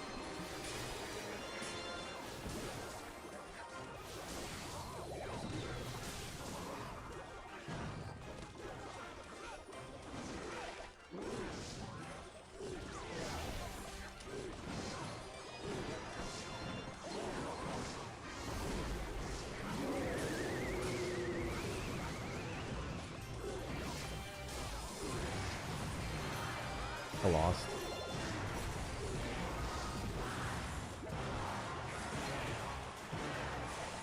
We lose. Kind of a tough matchup. I mean, he's got poison. Not a very favorable matchup for me. If bro has poison, he should probably win the graveyard game where, you know, we don't have poison. It's a tough one. We'll jump to the next game. I could have maybe won that if I threw slightly more graveyards and arrows on the tower, but it is what it is. Is this pre-recorded? Yeah, dude, of course it's pre-recorded. I predicted your comment and I answered it. Booter. Let us know when your next Pokemon live stream is. I don't really have that set in stone. I just generally like go live. People always find a way to say something about your looks, says Lenny. Yeah, generally. That's just how it is. Alright. We go over Musketeer here. What's a funny story that happened to you recently? What was a funny story that happened to me recently? Well, don't think I have as many funny stories. I did tell you guys about the McDonald's thing, the Pokemon cards, right? I'm pretty sure I did. Like 99% sure I did. Oh, that wizard's gonna hurt my feelings. I'm definitely cooked. Oh, never mind. It did not kill my Musketeer, so we're fine. So, yeah, I guess the McDonald's thing, like, I was on my hands and knees. Sorry, not really. Well, yes. This sounds weird. All right, but hear me out for a second. Hear me out for a second. There's a McDonald's thing for Pokemon, and I, like, wanted to go to McDonald's just for the fun of it, because there's a Dragonite card that I just kind of wanted to have in my collection. I was like, my friends, I got, like, a 20% coupon, and I was, like, super hyped up. My friends had paid for dinner a while back, so I was like, you know what? I'll pay for McDonald's. We ended up getting, like, 12 Happy Meals, a 20% coupon. And this guy's like, oh, you want the Pokemon cards? And he had one. And I was like, yo, could I have that one too? He's like, yeah, sure. And then I was like, yo, thanks so much, man. This made my day. And then he didn't give it to me. And he like pulled it away. And he's like, I'm just kidding. I'm like, dude, no, you can't put my feelings like that. And all my friends are like dying laughing at me. Also, I'm dead in this game. I should have played this better. Oops. I don't like Evolve P.E.K.K.A with Pancake Tower. Not gonna lie, he is running the overpowered stuff, but I also played really horribly. So if you have a bad card cycle and you don't have like a good way of like maneuvering with cannon, graveyard, arrows, that type of stuff against P.E.K.K.A, it is kind of tough to defend sometimes. It's not like you have skeletons or like Ice Spirit to bail out your cycle. You're gonna have like 3 spells, graveyard, arrows, snowball with a cannon, so it's just kind of awkward and clunky. And the distractions aren't great for P.E.K.K.A, so you have to really focus. And correct the card cycle and play well. Like sometimes cycling a spell on the tower is better than going for a graveyard because then you're going to be down like 5 elixir compared to 2 elixir. So there's bad gameplay on my end. I'll play better in the next one. Try to lock in on those games. But yeah, definitely interesting games. Oh, thank goodness we have cannon here. If we didn't have cannon, he went Skeleton Barrel. That sucks so much. Like the Inferno Tower version, there is a lot of matchups when you're playing like not S+ tier decks. Like this deck that I'm playing, it's not S+ tier yet because like you're really relying on the Musketeer buff because Musketeer is not good. Like it is just objectively not good compared to Firecracker and Dark Goblin and Archer Queen right now. Like you will not see many people play this very frequently. I mean, it is still played at top ladder, but it's only played at top ladder because you know, someone just wants to have fun with it and they like Graveyard, or you know, maybe specifically it does decently against like Lava Hound when you have Inferno Tower. So like people have made adjustments. Maybe there's not as many spam decks with Recruits and Skeleton Barrel. This is more of like a mid-ladder thing, which I probably would assume. Like, I don't think that there's that many high-level players that play Mighty Miner or Recruits, but at lower levels, especially like class challenges and stuff, where people are like Ultimate Champion or like top 5,000 in the world, a lot of people run like the lowest common denominator, easiest decks to play. So it's just something to keep in mind that it's entirely different at different skill levels. But this deck will be a lot better as soon as you know, there is a buff to the card that we're using. We'll appreciate that. I'm going to go for Goblin Sign in the back. Please tell me if I should be self-employed or salaried employed. I can't, like, tell you based off of your specific situation. I'm not really sure. But being salaried is definitely, like if you have to ask the question if you should start your own business. And, all right, actually, here it is. If you have to ask the question if you should start your own business or like be salaried, then you probably should be salaried because you should be pretty convinced on like what you're doing. Otherwise, you're going to be kind of aimless. I mean, you could still like work through it and learn while you're doing it, but like, yeah, don't just like take the leap and not have any like backup plan or have anything like to substantiate your lifestyle and like live. Like for instance, for Clash Royale, even like, I had like a few 100,000 subscribers, but because I knew that it's super unstable, I was not jumping for joy and like doing this full time. When I had like 500,000, I think we went full time. And that's also when I knew like, hey, I can go back and I can take classes because I'm like halfway done with my college degree and things went really well. Like I have a 4.0, I can definitely get back into school anywhere I want. So like not that big of a deal. So my specific spot, it was pretty straightforward, but for a lot of people, if they just like jump into things, it's like kind of risky unless you can't get a job. For instance, there's certain spots where it's pretty much impossible because of the economy or something, or like things are going on where you get laid off and you are doing this on the side while you're trying to find a job. And that makes sense to like, you know, do something that you're not really sure about, right? And you're trying to like problem solve. Like a lot of my friends actually successfully built up YouTube channels at that moment. Like it's a self-selecting sample size, right? Like people that I learned about from YouTube that I've met at events, those are probably the ones that have been successful, right? You don't hear about the people that aren't successful when you go to these events. But yeah, it's that they got laid off and stuff, and then they had to create other opportunities. For someone who is 28 years old, you have quite clarity of thought and a positive perspective. Yeah, no, I think a lot. I think a lot. I also like telling you guys what I think. I just keep it real. I keep it real on that end. I don't want to just be like, oh, I'm a dum-dum that never thinks about like life or realities of like, you know, Clash Royale not being like super like stable or whatever, or like I don't really like lying to you guys about that stuff. I'd rather just keep it 100. It's more fun that way, because then also like streaming, if you have to put on like a persona or whatever, or not say things the way that you truly feel, then like it gets exhausting, right? Like you don't like, I wouldn't be able to stream, or I wouldn't want to stream. Like I really want to be able to have these conversations and talk to you guys. It's also like, if I'm just talking about the game and narrating the game the entire time, it's kind of boring for me. Not gonna lie, it is. Like I do like talking about the game and I like talking about stuff, but these streams, they're really, really fun for me. I like getting feedback from you guys too, because it's a wealth of knowledge here. Like when you have so many people that can interact with you and so many people to talk to you, there's a lot of different viewpoints that you don't necessarily get to consider, especially because my friend group, my circle of people that I surround myself with are like, a lot of them do specialize in different things, but Seattle is pretty similar. Like people who are generally cut from the same cloth, I would say. Like, so it's nice to have a overarching like viewpoint from people around the world. Also, I didn't want to go for anything there because it's gonna be rough actually. I think we just try to pull the P.E.K.K.A and then maybe get okay here. Like our strat is just to kill the P.E.K.K.A ideally. I don't even know if it's possible. Like if we can kill the P.E.K.K.A, that's all that matters. We just don't want to give him value with a stupid P.E.K.K.A. Because the Goblin Stein isn't going to take my tower. If I didn't isolate that, I actually lost the game, by the way. If I targeted the Goblin Stein and tried to kill it, I would freaking lost. It's such a frustrating experience that you have to take damage in that situation because his cards are overpowered. He's literally running broken cards, like unfair cards that are going to get nerfed. So because of that, you have to play a lot better than them if you want to win. Like, legitimately, you have to take damage and you have to, like, realize what you have to take. That's also kind of the problem right now for, like, content in general. Like, I've been trying to create more meme videos recently. If you've been looking at my YouTube channel, right? I haven't been showing as many decks because the top decks that are good are the exact same thing as something that you've been seeing. So it's not very fun. I can't, like, put a smile on my face and be like, yeah, I'm going to run the exact same deck for the 20th time or run really overpowered, like, combos like this. I made one video on it. I'm not making more. Like, if I make one video on the Rune Giant type of thing, well, I made two. I made one before it was good. Before everyone started using it, and I said it was good and no one believed me. And it was good, by the way. Like, I got like a 12 win streak and people were like, oh, you're copying, you're just using it for the new card. It was like, no, it's legitimately good with Goblin Giant and Hunter, and it was always as good. You just like had to get the buff on the Goblin Giant and Hunter. So, people just, I don't know. The Rune Giant before the buff was kind of fun to use, but it was really bad for the game because like the Hunter shotgun shell is still doing 2,000 damage. It was like really gimmicky. Yeah. I don't know. It's hard to create content on things that you don't want to do.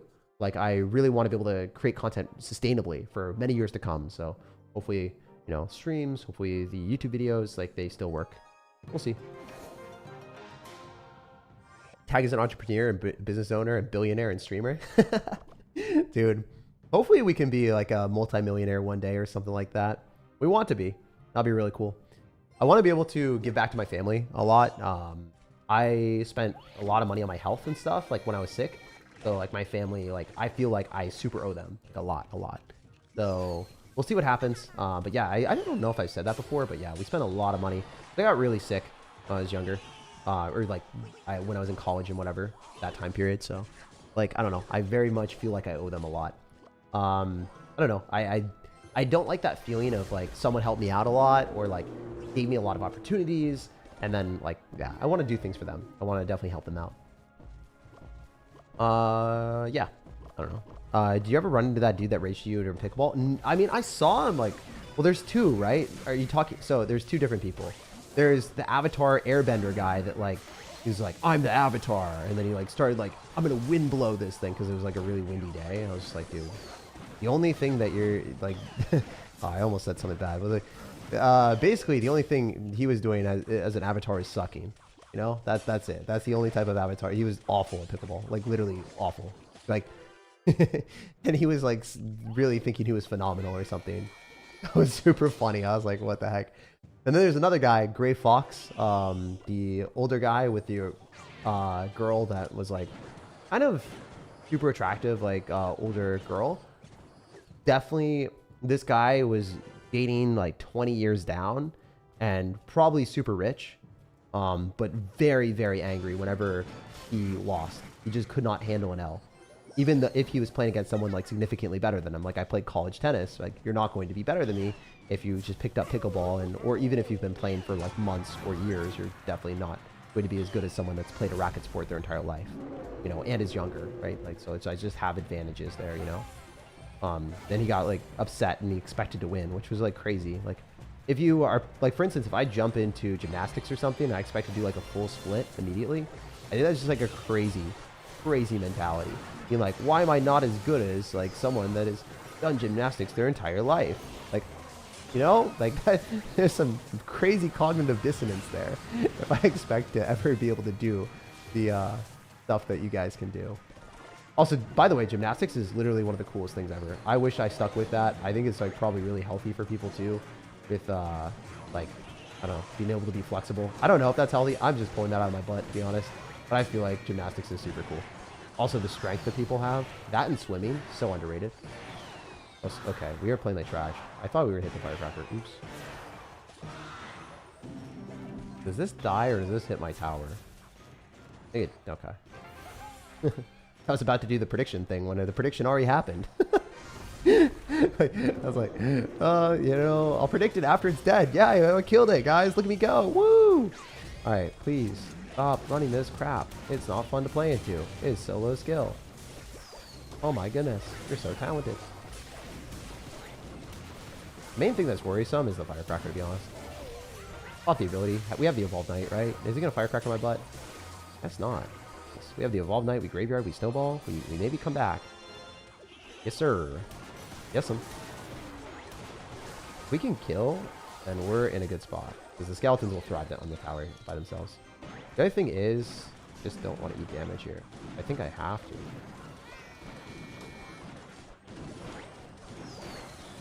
to. That was the most trash firecracker I've ever seen. Thank you. I love you, sir. You didn't have to do that donation of 3 elixir, but you did it. And you're going to go Goblin Gang. Or it's, that's funny. I think we can in here. Stop! Did that work? Kind of. A little bit scuffed, but we take it. Could have guards done that, but I'm bad.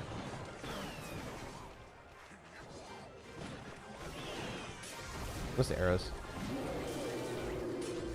These recruits are dead, right? What am I doing? I'm a goofy goober, aren't I? Oh, I'm a goofy goober, but I'm kind of winning being a goofy goober. Goofy goober for the win, please? Yeah, screw you! I hate that deck. Oh, the actual excitement comes through, guys. I hate that. I really hate losing to that thing, man. It's so not fun playing against people that drop recruits, Goblin Gang, and guards, and wall breakers, and skeleton barrel. I think recruits, like in general, like when I play them, I'm like, oh, it's so fun. But like, I know deep down in my head that it's just like so skillless. Like you're just randomly spamming stuff. I also think the matchup's probably pretty good because we do end up having Gobstein into recruits with double small spells, and he doesn't have Dark Goblin. But it's also not great because he has guards. Like, if they've got multiple layers of distractions with guards, Goblin Gang, and then they also have Dark Goblin, or if they have guards, Dark Goblin, it's just really frustrating. The Firecracker sucks on defense against Graveyard, but if they're able to constantly apply pressure, it's a tough game. It's because if you fumble once or if you lose once, like, the momentum really heavily goes in the recruit's favor, and it's hard to like regain the damage from a wall breakers connecting or a skeleton barrel connecting, or if an evolved Firecracker or Mighty Miner somehow stumbles on your tower. All it takes is like one push for the recruits player to win the game, pretty much. Yo, 26 and 12 in Path of Legends, League 6. Most games I played in a day. I won a game I shouldn't. Congrats, Mrs. My man never misses an opportunity to pop off. Have you watched any MonsterVerse movies? What are those? Never heard of that. Damn. All right, we're gonna snowball on this. I think the snowball sucked. I don't think I dropped it at the right point. Okay. Sometimes you look at it and you're like, all right, am I gonna suck here? And am I gonna let the snowball like be dropped too early and then have the goblins connect to my tower? It's really rough when that happens. Jeez. All right, we can go in for guards here. We can go for a musketeer. Oh, I guess I kind of have a slightly sad story. Not really, but like I played Catan. And I was playing with my friends, and one of my friends has won every single time. So I got real gassed up. I started like realizing more strategy and like figuring out what I should do preemptively. And I went in with a game plan, and I had a really, really good spot. And then I cooked myself. If you guys know, like if you roll a 7 in Catan, you lose half of your resources. So I was about to win the game, and then I rolled a 7 and then lost my opportunity to win. And then the girl won right after. So I was like, there's no shot. I like optimized the strategy. I had a game plan going in. I figured things out. Like I played really well, but then I cooked myself with a roll of a 7 right when I was about to win. I lost half of my resources and I genuinely crashed out a little bit inside. It wasn't like I was angry, but I was really sad. I was actually legitimately sad. I was like, no. That's why we can't have nice things. Tried my hardest. I don't know. If you guys have ever had that moment where you feel really comfortable, or if you feel like you've won, or you have that excitement prematurely because you like locked in a win for the first time. Like it was my first win ever against them in Catan, my friends, and because they're all really good at it, and like they played a lot. They played pretty strategically, and so I like actually had to think through everything in my positioning because they do, or they just naturally do it because they played so much. Definitely a different thing for me. I'm gonna go cannon here. I think this is fine because it should damage down the recruits. Maybe it doesn't charge because it's so close to the tower now. That's pretty good. We're snowball here on the other side because like we just want to preserve that HP. We can go for a knight. Definitely gonna go Goblin Stein on this, I think. And then we just pop ability and we kill all this stuff here. Arrows for sure. Killing that Dark Goblin is important. Yeah, Gobstein's still so broken. Like, it's literally just the ability. The monster doesn't... Like, the monster HP does matter. Eventually, if they nerf these things to the ground, like, it will matter. But sometimes the nerfs just aren't the right thing, you know? Oh! Okay, Musketeer! We see you. We see you. Hitting that princess, no big deal. Naruto-sensei met the assassin. He met the ninja. We're showing them the real overpowered moves. Naruto can't clone jujitsu. What is it? Shadow clone his way out of that one. Yeah, the princess is just absolutely annihilated. Hit with a shuriken.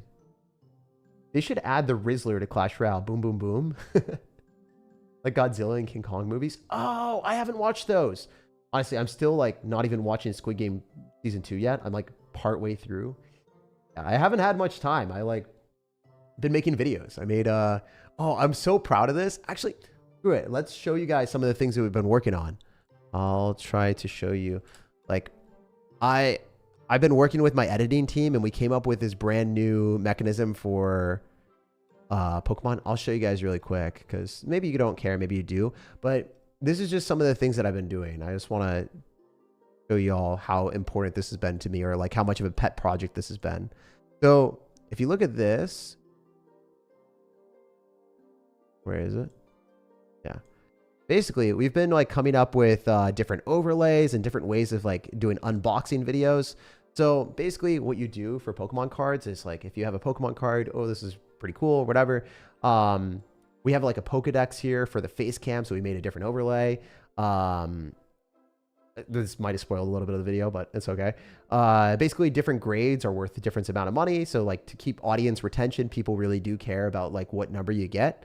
So I have this new like little price chart thing that came out. We had like multiple different renders and different ideas. Like I had a Rotom Pokedex that we had, and we ended up not using it, but man, it was really, really cool. Just trying to customize our channel and customize things in a different way that other people don't do. So, you know, the ideas that I have for Clash Royale, I'm trying to integrate that also into new channels and different ventures and different things. And hopefully that works out. But I haven't been watching as much television or anything because I've been so concentrated on any free time that I have to make the new channels as good as they can be. Also, I think the SirTag name is really cool and brandable. For instance, like SirTag being a Pokemon move. I thought that was really, or sorry, a Pokemon ability for like Mega Gengar. I thought that was really cool. To have something that's integrated into Pokemon, but also integrated into the tag name, but not have the SEO, which is like search engine optimization, be the exact same thing. So if it's the exact same thing, then people that type in SirTag, then they'll get that instead of like the Clash Royale channel. So I want it to be different enough so that, so if you're a YouTube channel, by the way, if you have a second channel, never name it the same thing as your main channel. You always want it to be slightly different. So then you don't steal and like, for instance, if someone's Googling SirTag and they really want Pokemon and they see Clash Royale, they're not going to click on the Clash Royale thing. And even if they do, then they'll click off immediately because it's not the thing they want. So you want to make sure it's different enough that you don't cross-pollinate, I guess, and have like your retention rate or your view rate tank, or have your click-through rate be a lot lower because people wouldn't want it. It's just something to keep in mind. Also, I play this horrendously, but I'm not going to graveyard, so we still might be able to get away with it. Do you watch One Piece? I did it when I was younger in Cartoon Network, and I haven't watched it recently. Or Snowball here for sure. Hopefully we're okay. I mean, I have to kill the P.E.K.K.A, right? Am I cooked? Cooked, guys? I think I'm cooked. Can't kill the stupid P.E.K.K.A. What a fun card. I didn't play well, but not fun to play. Alright, still winnable, I guess, if he does something like that.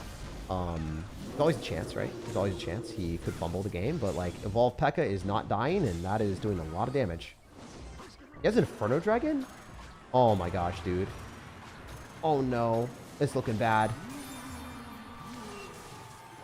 Graveyard here and just hope that we can do damage. But he's kind of a goofy goober. He might be a slightly silly Sir. If he loses his power, that'd be really funny.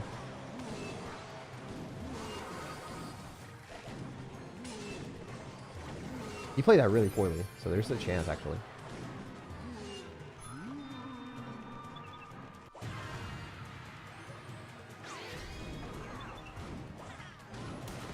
Go for a high cannon here.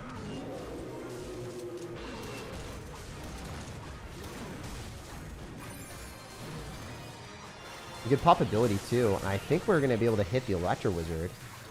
Not going to be enough damage. Dang it, bros. I tried my hardest. We do get 11 wins, which is not where we wanted to be, but you know what? We'll try it in the next one, too.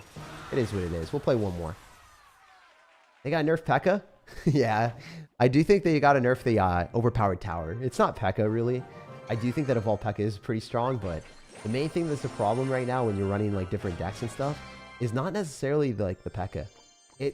It's really just the tower, man. It's a super strong thing to have an over-leveled thing that's healing. Because, like, if it kills the guards or whatever, and it heals up, and it stays alive, it's, yeah, I guess they could nerf P.E.K.K.A too a little bit, but I'd just like to see the tower nerfed first, and I think that should have been nerfed, like, a long time ago. And then you could see P.E.K.K.A in isolation, and see if it's super strong. P.E.K.K.A synergistically is really good with the overpowered tower. They made some good money on that tower, I'm not gonna lie. Pretty much everyone that's lower skill at the game does use it, but you know, instead of getting upset about it, you just have to realize like that is what it is. You could get really mad and mauled and like scream at Clash Royale or like rage about it. But like I have the expectation that I will lose against the overpowered tower from time to time. And I also could have played that last game better and I would have won, I think. Like I overcommitted into him. I think I should have cycled spells and stayed a little bit more vigilant on defense, and then I probably wouldn't have lost the tower there. Sometimes like instead of going and supporting like the Musketeer, I should have just dropped a spell on the tower and let the Musketeer do its thing, and then retain the Musketeer for defense, and then I would have been fine. It's like small things like that where, like, if I'm commentating, I think I sometimes don't think those things through. And if I don't have a deck that I can get bailed out with when I'm commentating, like this, there's no bailout. There's no Skeleton's Ice Spirit. Skeleton's Ice Spirit Goblins, like if I have those, I can kite his P.E.K.K.A and defend really cost effectively. But I don't have those really cost effective defenses. I've got like Cannon, Snowball, Graveyard, arrows. So like, with this deck, if you mess up against P.E.K.K.A because you don't have that many distractions or pullbacks, you're just going to lose. It's like hard to keep your Musketeers alive. Because you really only have guards and Knight kind of just gets cooked by P.E.K.K.A. So, it is what it is. You come up with the name SirTag. I had a name that got banned. It was instead of, you know, I'll say it. So instead of you know, just tag you're it, we did the name tag you're pregnant. That was the name I decided. I was just like, you know, it's kind of funny, whatever. I did it as a joke when I was 18 years old. I thought it was funny, and I was like, yeah, it got banned because Supercell's like, yada yada, that's inappropriate. They misconstrued it as something that could potentially be like really, really bad. I'm not gonna say it, but like they interpreted it in the least generous way possible. I thought it would just be like a funny joke, you know, like, you know, instead of a T-Rex, right? Like a literal T-Rex that's dipping tea, right? Like that type of thing where it's just like a joke based off of a certain thing. It's just like, oh, that's like, you don't play that game, you know? I don't know. That's kind of funny to me. So I thought that was cool. I came up with that, and Supercell did not like that. So they banned my account. So I had to come up with a different name. And they rechanged my name to Jedrican. That's what they did. They freaking called my name. They called my account Jedrican. Look to me. W Energy? That's pretty funny. Yeah, thanks, man. I was pretty proud of that. I was like, yeah, that's funny. And I thought, like, I didn't think Clash Royale was so obviously, like, when I went into Clash Royale and stuff, like, I had zero intention of becoming a YouTuber. I had zero intention of becoming good because I didn't really want to. Like, I just wanted to play the game and have fun, right? That's why, like, the name was not... If you're trying to brand yourself, you don't want to do that. There's no way that, like, Warby Parker or Samsung, AT&T would ever sponsor me, right? But, like, those accounts would have never sponsored me. You check my chat history, says Penelope. Yeah, I got you. I thought I did. Let me check. I gotta find your name here, Penelope. Okay, we got you. We'll play the game while we're doing this. We should multitask instead of just being an NPC. I literally am an NPC sometimes. Like Godzilla movies. I wanted to check. Sorry. Your recommendation was Evo Goblin Giant, Evo Zap, Rune Giant, Cannon Cart Fisherman, Hunter, Fly Machine, and Rage. Yeah, I think that's what it would be. You could also do Evolve Bats instead of Evolve Zap. And then remove the Fly Machine. And I think that's okay too. I think that's also fine. I think that's fine.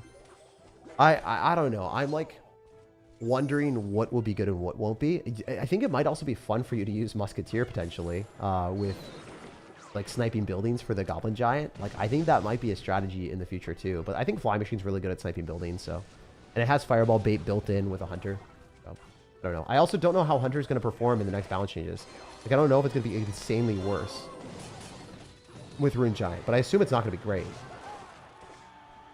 Why is this dude have Fireball? I'm also reading your chat log, and Penelope's like, I've had people read my name as Pineapple before. And right now, I'm not going to lie, I am craving pineapple and watermelon from Costco. Dude, when you go to Costco and you get those big, juicy watermelons for like $8, nothing beats that. That, if you go to like a grocery store and you have the saddest watermelon sliced up and it costs like $5 for like 2 slices, you're like, what is this? This has probably been sitting there marinating in the plastic for like a solid like 4 or 5 days, or heck, even a week, when you could cut a fresh watermelon. Obviously it's not like very easy to do, but you could cut a fresh watermelon from Costco for $8. It's unlimited value. Unlimited. I wish you'd read chat. I try to read chat. Sometimes I don't. W stream today, says Javon. Thanks, dude. Trying to have fun today. I'm glad that you're vibing with it. Oh wait, I probably don't have time to finish it. I forgot that I kind of wanted to do 2 hours. So we'll hit 6 wins and then we'll end. I think we'll go for 6 wins today. We'll go for 6-0, hopefully. Go for 6-0. I think that's what our strat is. So we'll do that, and we'll finish the rest of it next stream. Where do you post these videos? The Pokemon ones? They're on SirTag. You can type that in. What's good? First time catching you live. Thanks for stopping by, bro. We'll also try the 3 Musketeer deck now, because I kind of want to show you guys a different deck, and I meant to be able to show different decks, but I've been playing the same thing. I was just like, Musketeer is going to be strong, so this deck's going to be good. But in reality, like, I don't know. I should have done some other stuff instead of just playing the same thing over and over and over. Yeah, I don't even realize sometimes how long the streams go. This is 2 hours, right? Yeah, it's 1 hour and 54 minutes. And this felt like to me to be like 15 minutes. It just flew by. Just having fun, you know? I got 18-inch watermelon before. It was the best watermelon I've ever eaten. Damn, dude. Yeah, that is magnificent. Also, the other funny thing is a lot of times people will buy like organic watermelons, organic pineapples. But if the shell of the fruit or whatever doesn't really have pesticides, or like the pesticides can't penetrate through it, then like the organic thing is like generally a scam. I think that like there's like a dirty dozen and then like 10 clean ones.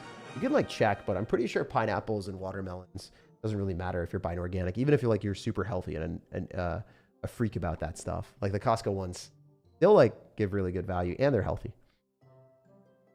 Look what you did. Now I'm craving watermelon. Dude, I'm going to get everyone to go to Costco and then I'm going to get a Costco sponsorship. That's what's going to happen. 100p. All right, we're going to go and use the other deck that I found that I didn't want to use apparently. My bad. Here's the 3 Musketeer deck.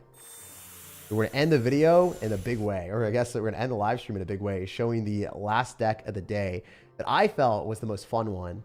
And sorry, guys, I should have showed this one. We're going to get 4 games in with it. But this is definitely the most fun deck. Man, this is going to be cool. This is played at top 400 in the world right now, by the way. So when it gets buffed, it's going to be so much better. Especially because Goblinstein's going to get a nerf, and all the annoying decks are going to get nerf. Oh my gosh, wait. A lot of the Goblinstein decks also get cooked because they don't have a big spell, so they can't really kill 3 Musketeers right now. So this might have been the most big brain strategy yet. Yeah, a lot of them don't have big spells, so they can't even kill Collector. And then secondly, a lot of them just don't necessarily have much. I'm going to use Rage, Wall Breakers, Rogos, last card. Nice. If you guys have any strategies for Catan, please let me know in the comment section. I want to get some strategies from y'all. If you guys have been like, yo, Jake, here's the optimal play. You have any strats on like what I should be doing to get better as well? I want to have a group effort here to get me better at Catan because I suck. Not really, but like comparatively to really good players. Like really, really good players, which I do. People that try hard. If your opponent's got lightning, you're still going to be fine-ish. You have Dagger Duchess, so a lot of times you can play super aggro with Wall Breakers, E-Barbs, and then get away with it. The lightning thing is like you don't really have lightning block because unfortunately you don't have it in the deck. But the thing that you can do against lightning, I'll show you real quick. If you 3 Musketeers right here in this placement, their lightning will hit on top of the tower, and it will not hit all 3 Musketeers, so you can defend against tanks. So if you go 3 Musketeers here, right here, and they lightning, they're going to hit 2 Musketeers and the tower. And you can actually knight, and then they'll hit 1 Musketeer and the tower, and a knight. And then you're in a really good spot.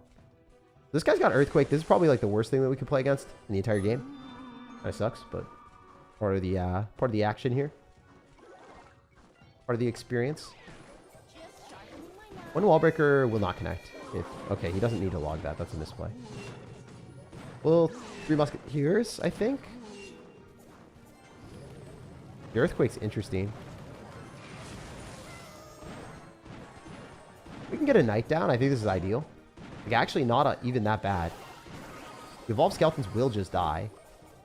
I'm not in a bad spot. If I raged up the Musketeer, we would have maybe been able to kill the Heal Spirit and then gotten multiple hits on the tower. We can full counter the Hog with our E-Barb, so we take no damage. We're kind of winning right now, so like, honestly, even into an Earthquake deck, I don't feel that pressed. I think we're in a decent spot. He also didn't understand that he doesn't need to log this. Oh, I misclicked. I meant to drop that back in my hand. Oops. My bad. That's a really big misplay. We'll probably log it now. I wish I could Heal Spirit earlier, but I can't. Not. Wait. Rogos. Rage with the Rogos. Alright, well that's not bad. Definitely should be better than this, but take what we can get, eh? Alright, if these Wall Breakers can put in work, that'd be awesome. We're going to be a wild child here, going in for everything we own on the right side because the Knight's tanky, and we got E-Barbs in the house, we got the Heal Spirit. Yo, this is looking good. Looking juicy.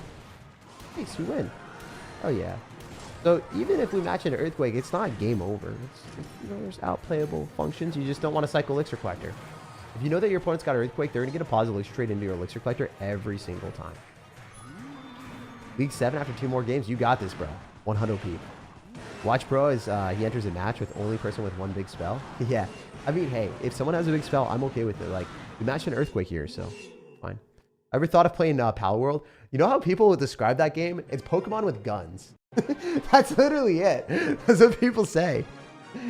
I've never played it. Have you ever thought about doing a video with a Clash Royale YouTuber? I'm thinking of old Molt and Nick and watching them both do funny things. I was thinking about like challenging Hen or B-Rad to like Olympics of games. I thought that would be funny. I don't know if they would be up to that, but I think like, you know how Ludwig does that against people, like game versus game? I think it'd be really funny to have someone that has a face cam and be like, in a really competitive environment, because I am super competitive, see if I am better than them at like more games. I think that'd be funny. Like loser picks the next game or something. And I like forced them to play StarCraft or like played Pokemon Showdown. That'd be really, really funny. At least for me, I think that'd be funny. I don't know if you would be allowed to do that or if that'd be cool or not, or if that'd be bad content, but yeah. Like loser picks a game. Bro versus bro. Yeah, that thing. The thing that Ludwig does. I forget what it's called. If it's bro versus bro, then yeah, like that thing. I think that could be very, very fun. Especially if you get to like edit with face cam and stuff. But yeah, it would probably... The thing is, like, they get nothing from doing that. Like, literally nothing. And they don't have much free time, probably, so... I could ask.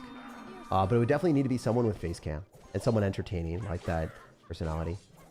Also, someone that would probably be competitive. No offense, but, like, if you are way better than me, like at Clash Royale, or if you're way older, right? Like, if you're probably older and you haven't played as many games, or, like, you just play, like, Brawl Stars or just Clash Royale, you haven't played as many degenerate games as me, then it's, like, not going to be very fair, right? So we would want it to still be competitive. Unless we did, like, Battleship or something, like, not super competitive. I don't know. I would kind of want them to be games, to be honest.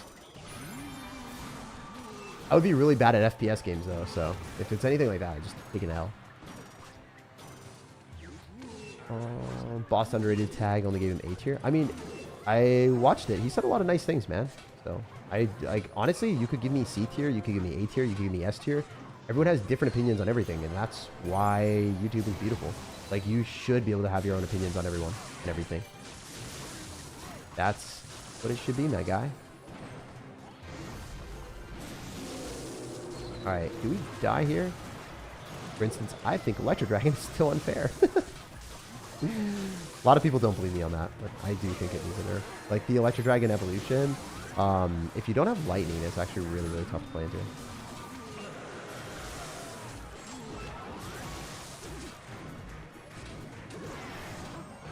We should be good here, but man, that is so toxic. Yeah, actually, like, just drops things with Electro Dragon evolution and all in. Oh, he had lightning the entire time. Damn. Did not expect him to have that. So he has to spam enemy right now. Yeah.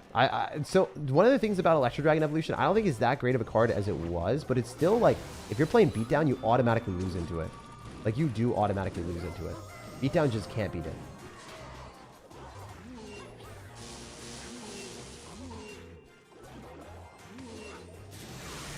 Kind of an insane feature. Dude, Goblin Curse with Electro Dragon is criminal. Bro is a monster. I'm gonna go Elixir Collector. I just want my elixirs. I thought I was gonna be on my tower.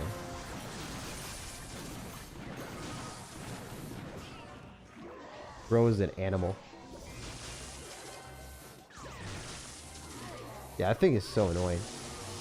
This is actually such an annoying matchup. Lightning with Electro Dragon evolution is crazy. Can't really kill it, can I?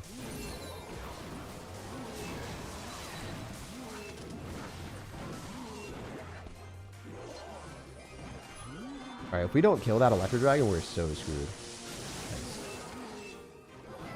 This is such a weird matchup, dude. Like, I don't even know what you're playing. Like, it's so crazy. I can't really break through it easily. Like, I have to get elixir advantages and then hope that we can kill the Electro Dragon, but I don't know. It's just tough. I think we will eventually win this, though. Hopefully the both wall breakers go to the tower. Rage it. Nice. Yeah. That was such a weird game. Electro Dragon Evolution with Tombstone and Goblin Stein is like, oh my gosh. If you play a beatdown deck into that, it is an automatic loss. Like, imagine playing a Golem and then you play against someone with that. Like, how are you ever going to win? This seems like a hard counter snipe to Golem. Like, was he trying to, like, snipe a Golem streamer or something? Is there such thing as, like, a Golem streamer that's, like, playing right now that he just wants to snipe? Also, is my YouTube down? It is not loading right now. Should be good, though, hopefully. All right, we got 2 more games in us. Hopefully YouTube wants to work. I don't know. We're saying go live, and it's not working. I really hope the stream didn't crash. Otherwise, we're talking to ourselves. But yeah, I can't see chat or anything right now. Meanwhile, you guys will say like the most problematic thing ever because I won't be able to see it. SirTag sucks. Oh, I was going to say something else. I stopped myself and I made it way more tame. All right, we're going to go in for 3 Musketeers. Musketeers are going to get an okay buff. Musketeers are going to get a huge buff, bro. It's going to be really good. Love Golem if we make a comeback. Yeah, Golem's pretty good. I mean, it's pretty good to play. Like, just not necessarily overpowered comparatively to Goblin Giant. Reason why it's good is because when it gets over levels and it locks onto the tower and explodes, it does a lot of damage. So it's not something that you can underrate. It's still pretty good. SirTag feet. Okay, that's vile. That's vile. Bonk. SirTag kind of cool only. Kinda. That's the most tame thing ever. That's lukewarm. It's up for me, says predictions. Okay, cool. Nice. Nice, nice, nice. We're chilling. All right, we're going to go for Knight here, and then we can just go Wall Breakers. 3 Musketeers is good only if played correctly. 3 Musketeers is bad. The evolution cycle for 3 Musketeers is just mid. Because you're spending 9 elixir on a card, and you're not progressing in evolution. So for instance, if you go for 9 elixir for 3 Musketeers, the opponent can go like Bomber, Skeleton's Ice Spirit, and they can cycle like multiple evolutions where you're dropping 9 elixir. And it's just horrendous to not make progress towards something that's important. It's like you have a goal and you just are not even trying to reach it. You're literally just like, I don't know, sitting and brain rotting and, I don't know, like gambling away on something else. Like you're just sitting at the slot machine instead of like working towards your goal. Like I guess that would be it. That would be the explanation, or that would be the thing. You're not making any progress, you know. Not the vibe. I'm gonna go E-Barbs here. But yeah, you're like you're hoping and praying that you're gonna get through Musketeers value, but you're probably not going to. It's kind of like a gamble. And meanwhile, like your opponent is getting guaranteed value with evolutions that will give them positive elixir traits.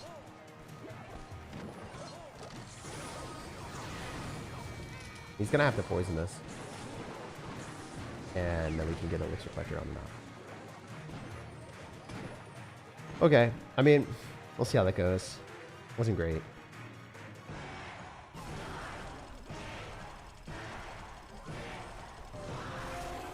Why would you activate King Tower? What are you doing? Thank you. Yes. Is he really just running like the pure defense deck that doesn't even care about defending or care about offense? I think that's the case. It's gonna be a tough win. I want to split the Musketeers so then we can maybe get value with them. And then we're going to try to go in for E-Barbs.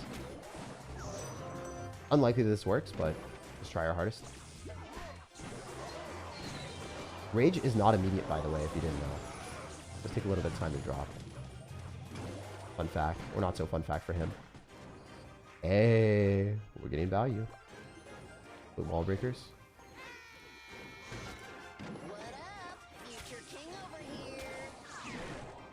And do this.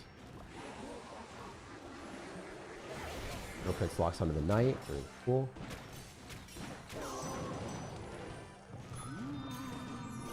Alright, since we have the Evolved Knight and he just did that, I feel kind of okay here. I'm gonna rage this.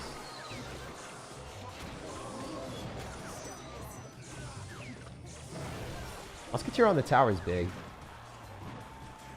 We're gonna nonchalantly drop our 3 Musketeers. Keep our momentum going in our favor.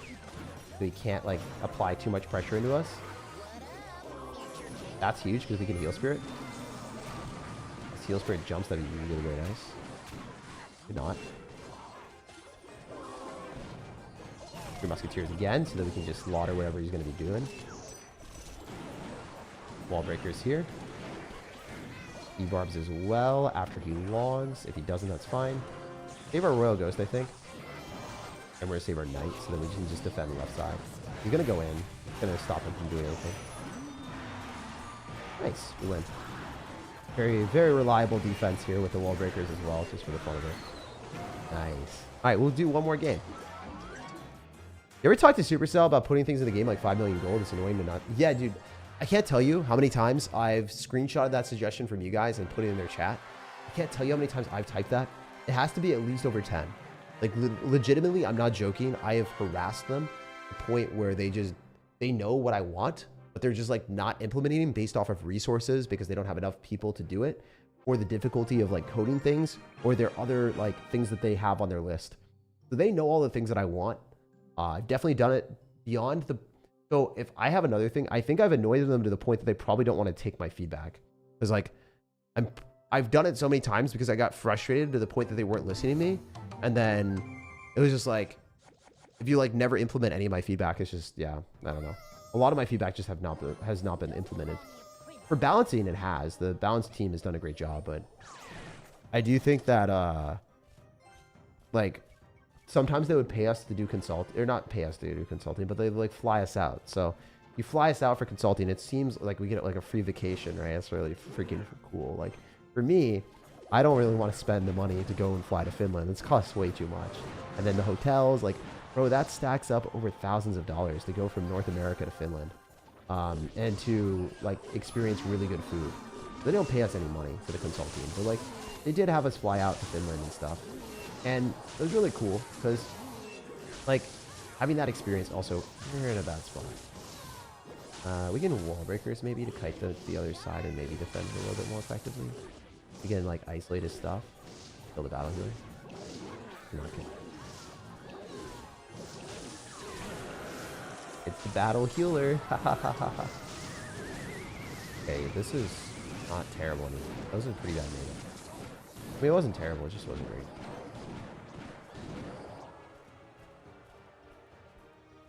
Let's think about this. ID barbs. Definitely want to rage. These Z-barbs just win that interaction hardcore. He's getting dunked on right now. Demolished. Like dudes. Heal spirit as well because he just used his barbell. We just win. Nice. Yeah, they basically pay us to in like experience to do that, and then like they never implemented any of this stuff. Like we had like a 2-hour conversation with them about level 15 and how bad it was going to be. And B-Rad and I, like, we're like, nah, don't do it. Don't do it. Don't do it. And then they're like, we're going to do it. And we're like, wait, why do we have a 2-hour conversation? Just be straight up with us and tell us you're not going to like listen to us and then don't waste our time having the conversation. So like, that was like one of those things that was insane. That game wasn't that satisfying. We'll do one more. We'll end on lucky number 7.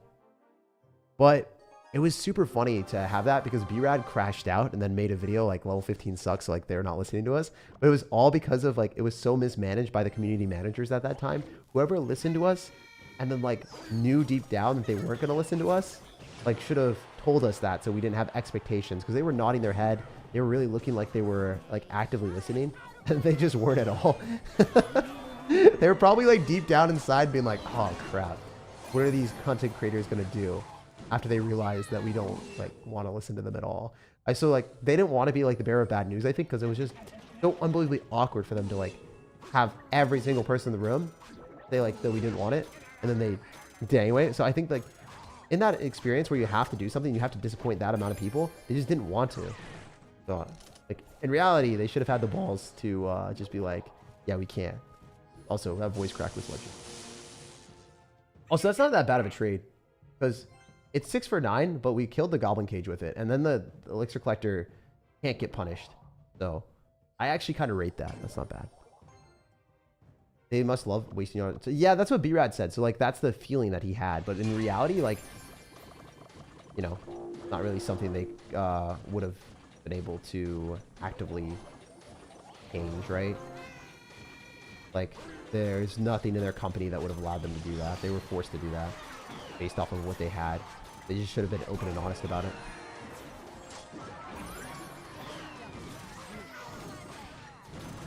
Alright, we're gonna 3 Musketeers really low, so we can just kill the Rare Miner and not get 3 crowned. Beautiful. This is really good. I rate this. He played pretty aggro and is about to get spanked. Hopefully we can beat him here. Wall breakers. They have a lot of stuff rolling at him. I think he's cooked, guys. I think he might be cooked. Efficiently cooked, my dudes. He'll try to go for a firecracker and it gets demolished in like 1 shot. Oh, man. Oh, jeez. Not the good luck spam. Not the good luck spam, my guy. All right. That was pretty fun. But yeah, I think I'm going to... I mean, we could just do it. Let's full send it. Let's just get the 12 one. Let's add another good one. We're like 6 games away. Great.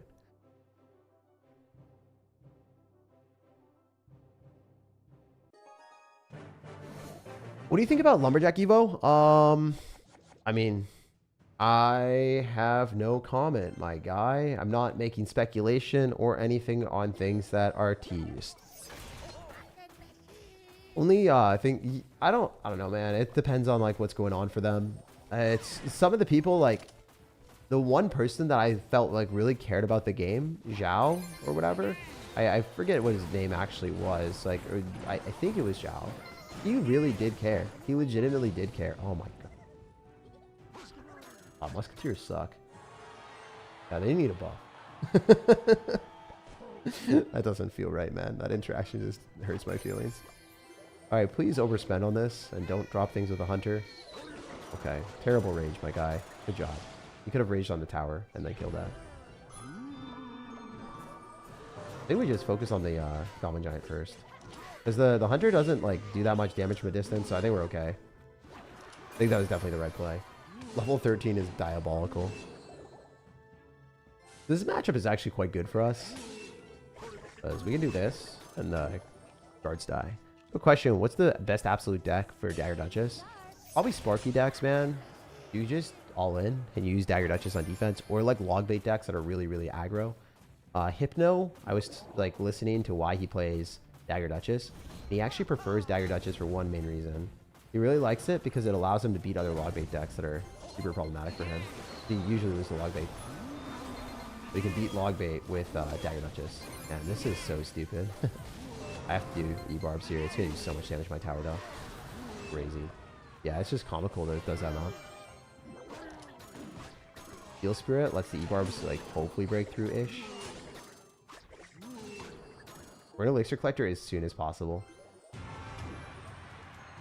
Because we want to get 3 Musketeers, ideally down into when he goes Goblin Giant, and watch him just lose. Because he's not going to really think through his strategy. He's just going to go Goblin Giant, probably. Alright, we're going to go. Yeah, that's nice. Thanks, dude. We could also just straight up 3-crown him, maybe. I think it might be a battle of the 3-crown. Oh, no. That sucks. Pretty bad.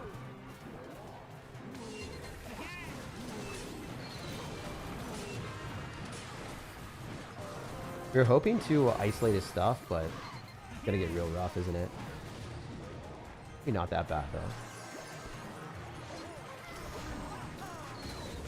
Beautiful. Nice. Do we destroy? Do you guys remember Clash with Shane? He used to just say destroy every single 5 seconds. I remember that was fun. I think like I also did similar things for my intros. Like I used to say the same words. But I think that was kind of funny. Like how if you did do daily videos, a lot of times you would have the same terminology or the same stuff, or you'd have the same ongoing jokes. It's like if you're grinding a lot, at least for me, because I was doing classes and editing my own videos, I realized a lot of the games felt similar to themselves, where they're just like, yeah, I would say the same things during intros. I'm like, really no innovation. Like the editing is also the same thing too. So I was like, Yeah. It's important to have little breaks as well. Like, for editors as well, like I try to not have them work every single day, so that's why I have a whole bunch of people on my team. Otherwise, the creativity just goes away. If you have no creativity, content's gonna suck. So, like, the intros have to be different. We have to use different types of editing. Like, I don't know.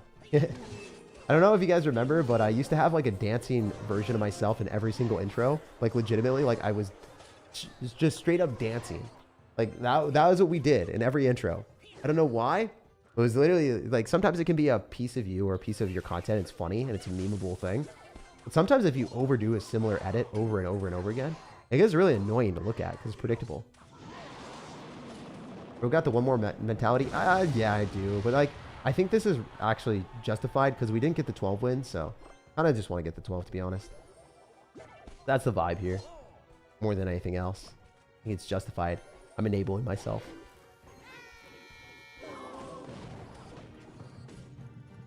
All right, what if we do this? What if we go full degen mode? He doesn't have log, he doesn't have rocket. Could be fun. Are we gonna cook him well done? Or nah? Okay, nope, he has a Vault Knight. He's gonna get out of it alive, unfortunately. I tried to cook him. I tried my hardest. Didn't really work. Not a quality steak. Alright, we're gonna Royal Ghost because it one-shots the princess and he doesn't have Knight in cycle.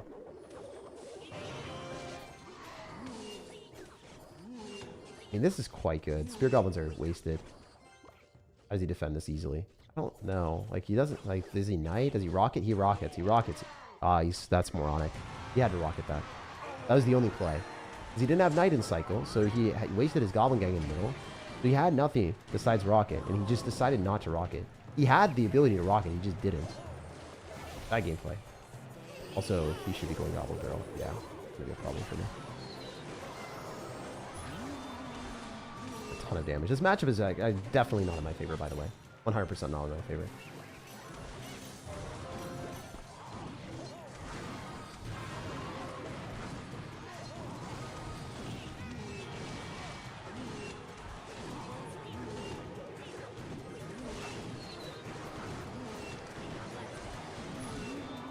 Because if you have a princess and your opponent ends up having no log or way of killing it, it is not fun. That's all I'm going to say there, bro.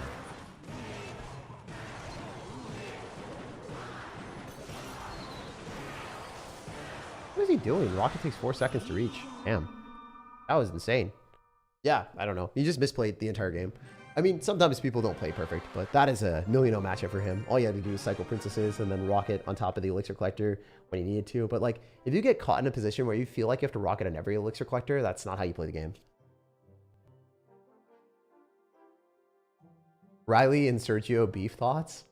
Yeah, it was just unnecessary. That's all I'm gonna say. Like, I saw that. I mean, I've done the same thing as Riley has before. Like, I've said those things. I've done those things. I've gotten in drama. I did a lot of dumb stuff when I was younger, dude. Like, it doesn't matter, right? If someone offends you or is mean to you, it's better to just ignore them, and then it makes them look worse. So if Sergio says bad things about Riley and Riley just ignores it, like, it makes Sergio look terrible, to be honest. The thing that always happens is if you are in a screaming match with someone or a fighting match and someone like looks at you, both of you look bad. Both the people yelling at each other, both the people insulting each other look immature and look bad. It doesn't matter who wins, you both lose. That's what it looks like. So it's not a good look for Sergio. It's not a good look for Riley. It's better for the person that just doesn't do it. The person that like continues the drama or engages in drama always looks worse all the time. There's other things that I've like learned. That was one thing that I learned. The other thing that I am starting to practice and learn is if something's like negative or really toxic, generally also ignore it as well. Because if you feed the toxicity, feed the troll, feed the really bad comment or whatever, then people will just continuously be like, they're trying to get a reaction, right? Like, or then it invites more negativity, even if it's not from that person. Like, let's say that person doesn't mean to be negative, right? But it is toxic, right? If you feed the toxic comment, most of the time, then other people will also know that, like, maybe actual trolls will be like, oh, that bothers you, or that is a bad comment to do, and it gets a reaction. So I'm going to do it because I'll get a reaction. So you don't want to give people a reaction when they don't deserve a reaction, is what I'm trying to say. You feel me, my dudes? If it's toxic, or if it's trolly, or if someone's mean to you, the best thing you can do is generally ignore it. If you're a content creator, especially. Especially for content creators. Yeah. I mean, well, actually not really. For content creators that are trying to get views, maybe drama is good. But I guess it depends. But for your mental and for your image, different. Like, for instance, Logan Paul is famous. But, like, you really want to have his image of, like, doing what he did? Probably not, so depends. Hopefully he doesn't barbs me. Oh my god. That sucks. That's toxic. What a fun card to play into, guys. Fun game. Alright. I mistimed it. No, I hit it perfectly, actually. Wow, I played that really well. We still take damage. It'd be really cool if we could just kill the freaking over-leveled stuff. I mean, this is crazy, man. That's so imbalanced. Level 12 stuff is so imbalanced. So we could lose this game. I hope not, but I think it will be a loss. There's always a chance I'm able to win, but I think he gets back to a P.E.K.K.A. We have to do dual lane pressure. That's the only way I win this. The only guaranteed way to win, I think, is dual lane pressure. We have to do like this. Force the P.E.K.K.A. to the other side. Oh my gosh. I'm just not able to win. Because he has Evolved Electro Dragon P.E.K.K.A. He's gonna P.E.K.K.A. to the right. I'm just cooked. Wait. Maybe not? Evolved Electro Dragon is so broken. Maybe the Knight can do him dirty. I mean, the dude just does not deserve to win. He's going to win. Feels so bad now. Takes? How do I kill this P.E.K.K.A. though? How do I kill the Elixir Golem blocks? I just can't. Not possible, right? Nice. Do I not get 3 crowned? Do I get 3 crowned? I actually don't know.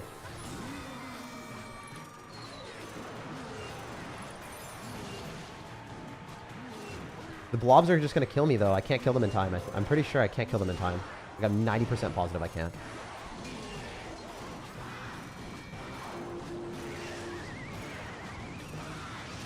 What a weird game, man.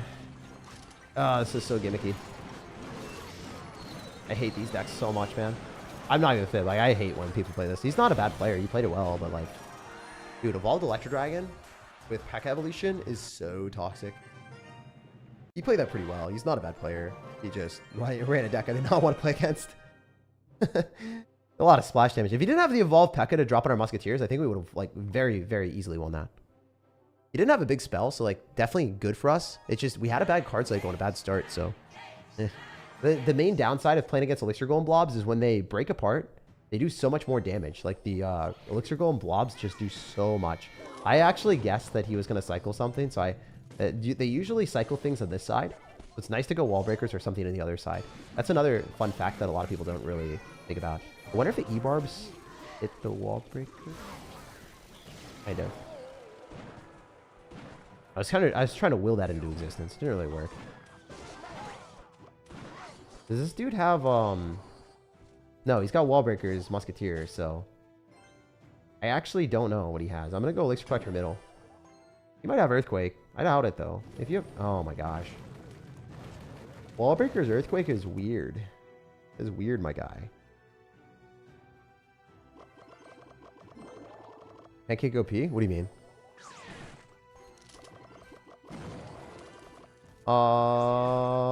I can do this. I can go Royal Ghost. I don't know what to do. I actually don't know what to do here. Because if I go Rage, it's not worth. I think we go Ghost and not leak Elixir. Hog Rider wall breakers, man. Insane. Oh, we fully shut it down. That's nice. Kind of recruits me, probably, right? Do we not have it? Let's just full send everything, because he doesn't have delivery in cycles. So this might do really well. We'll see. E-Barb stays alive, too.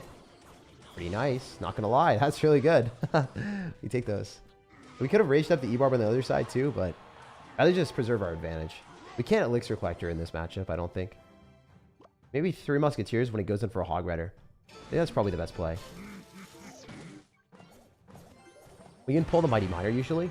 That's the main threat, and if we target the Hog Rider first, this is really good. He basically wasted all of his Elixir and got nothing. You always want to evolve Knight with the 1 Musketeer, because then it forces Elixir on both sides. We're in a wall breakers here on the right. He's going to deliver on that. That sucked. That's not good. Alright. Heal and rage. Oh, hell yeah. Heal, yeah, baby. 3 Musketeers, so we area denial, so we can't do much. We target wall breakers, that would be good. And we do. That's so lucky. Wow, I got lucky. All right, I'm not even saying that's skill. That's just luck. It targeted the wall breakers. If it didn't, I think, you know, a little bit of problematic position where bro would be able to go in for a big push and kill me. So I do think I'm just better at 3 Musketeers than I am with, like, you know, cycle decks generally. Because I played this, like, pretty professionally when I was, like, really good at the game. But also, 3 Musketeers will get a huge buff. So this will be a fun deck to play when it... yeah, I think this will be a really fun deck to play when the meta appreciates it. Riley is still young? Yeah, Riley's really young. I also really like Riley. I really like Riley. I like Riley. I like Ian. I like Aragon. I've talked to all those guys. I love them. They're good people. I also don't think that, like, when people beef on the internet, I don't think they dislike each other that much. I think egos are just hurt, or they just, like, spur out, like, an angry thing, a message.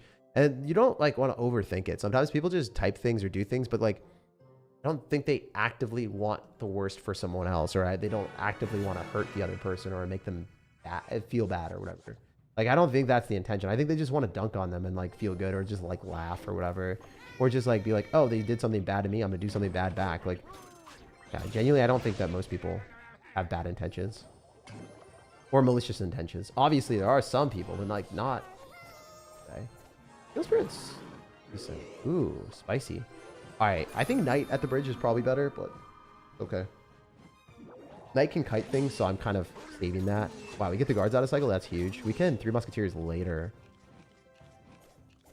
Yeah, let's go Knight at the bridge.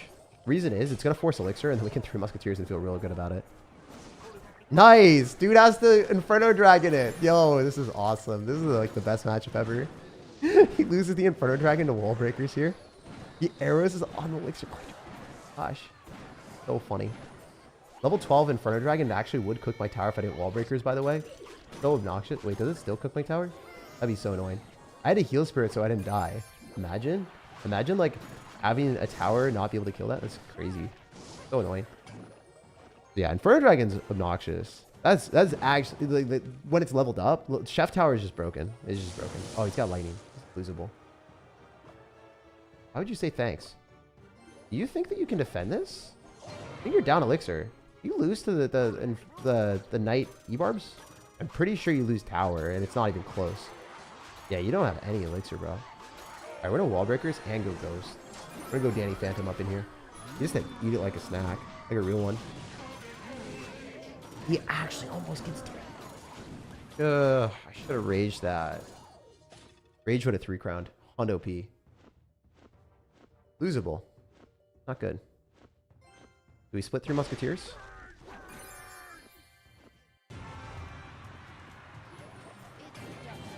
I'm just gonna Knight. Knight Kite is decent. Dude, I hate it! I hate that that's doing damage. Alright. Let's do this, and then wall breakers towards the 3. See if he's a moronic man. It didn't work.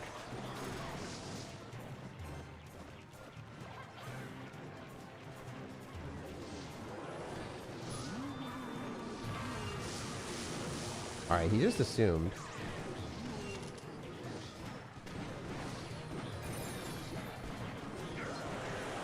I think we might lose. That'd be so sucky. Hope he doesn't get it down in time. Oh! Alright, we gotta beat him. He was toxic to us. I'm pretty sure he was toxic to us when he thought he won, so. We don't do it very often, but hey. When they're toxic to us, we bounce back. 12-0. We don't get anything from this at all. And by the way, it was just an emote, so it's not like typing like a entire. So I know someone's gonna equate that to like the Riley and Sergio beef. Riley and Sergio, like, they went off in front of a ton of different people and like got real angry with each other. Like, what I mean is, like, if you start drama or controversy, emotes, like when someone emotes, it's playful banter back. Like, oh, I got you. Like, that's nothing big. Like, I'm never gonna type something to this guy. If he said something toxic to me, I would not like engage in a toxic like debate or whatever with him. So yeah, I just want to make that because like people always extrapolate and have like crazy things that they come up with. you like Austin CR? Yeah, I did a collab with him. He's good. Good guy. Let's start beef reviews. I don't want to. I don't want to. Don't make me do it, dude. Don't hold a gun to me and make me do it. Stop. Don't hold a freaking archer with a rune giant next to me or a hunter and a rune giant next to me and make me do it. Yo, that would be absolutely diabolical. But hey, we ended up having some pretty good progress today. Look at our classic challenges before. 12, 12, 5, 11, 12. We did it. We got the 5, 11, 12. It was kind of funny. But yeah, this 3 Musketeer deck was a 12-0. So really good deck, and it's going to get buffed. The regular Musketeer deck, I think, is great. It just has weaknesses in certain matchups, like against P.E.K.K.A, because, again, you don't have that many distractions or bailouts. You're going to lose quite often to people that go P.E.K.K.A evolution, and then you're just like, oh, crap, I suck at the game. I don't, like, have the right distraction because I didn't plan it out. So if you sacrifice a Musketeer and Goblin Stein into a P.E.K.K.A, you're dead. Like, you're straight up dead. You don't have enough elixir to defend. You have to be at even elixir against that deck usually. And then when they go in for like Rune Giant, you can tank for the Rune Giant with Evolved Knight, Goblin Gang. Rune Giant their spam gets tanked by the Evolved Knight and guards. So generally, your cannon or Inferno Tower can kill it with Musketeers. So it's fine. You can win those matchups. You just have to like be thoughtful and purposeful with your defenses, which I wasn't because I was kind of reading chat and sucking. With this deck, the 3 Musketeer deck, it's a lot more firepower. It's a lot more dynamic. You can take towers. You can make more mess ups. As long as you like have a good macro sense of the game, you're going to probably win. And I like the deck a lot. It beats a ton of the matchups where if you play against Earthquake, you can just split lane 3 Musketeers, don't go Elixir Collector. If you play against people with Beatdown without big spells, you can just abuse 3 Musketeers on one side. Logbait's really tough. That matchup's kind of bad, but most of the time you're going to be playing against Beatdown decks, so 3 Musketeers are actually really good. Yeah, let me know what you guys think. Check out the pinned comment for a full-length video on the broken Rune Giant thing. The video was really, really cool. I thought it was an awesome vid, but it also broke down the most unfair thing that Mohammed Light and Riley and everyone's so angry right now. Every pro player is on the edge of their seat, so frustrated playing this game because of the Rune Giant. So if you want to see the deck, me playing it, the most overpowered thing in the game, check out the pinned comment.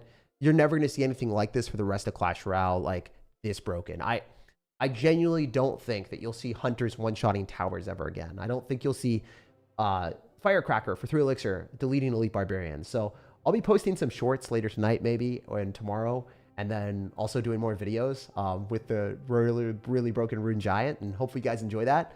But yeah, definitely check out the pinned comment if you want to see the Rune Giant in action. Mysticism says, when I reach Ultimate Champion, I'm going to zap the King Tower first play. I want to make it a 1-0 victory. Oh my gosh, dude, you're crazy.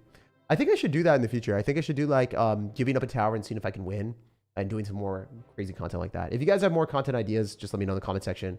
I'll see you guys later. Peace. And yeah, peace out, Girl Scouts. Love you guys. William Sherry, thank you for becoming a sir as well. Love y'all.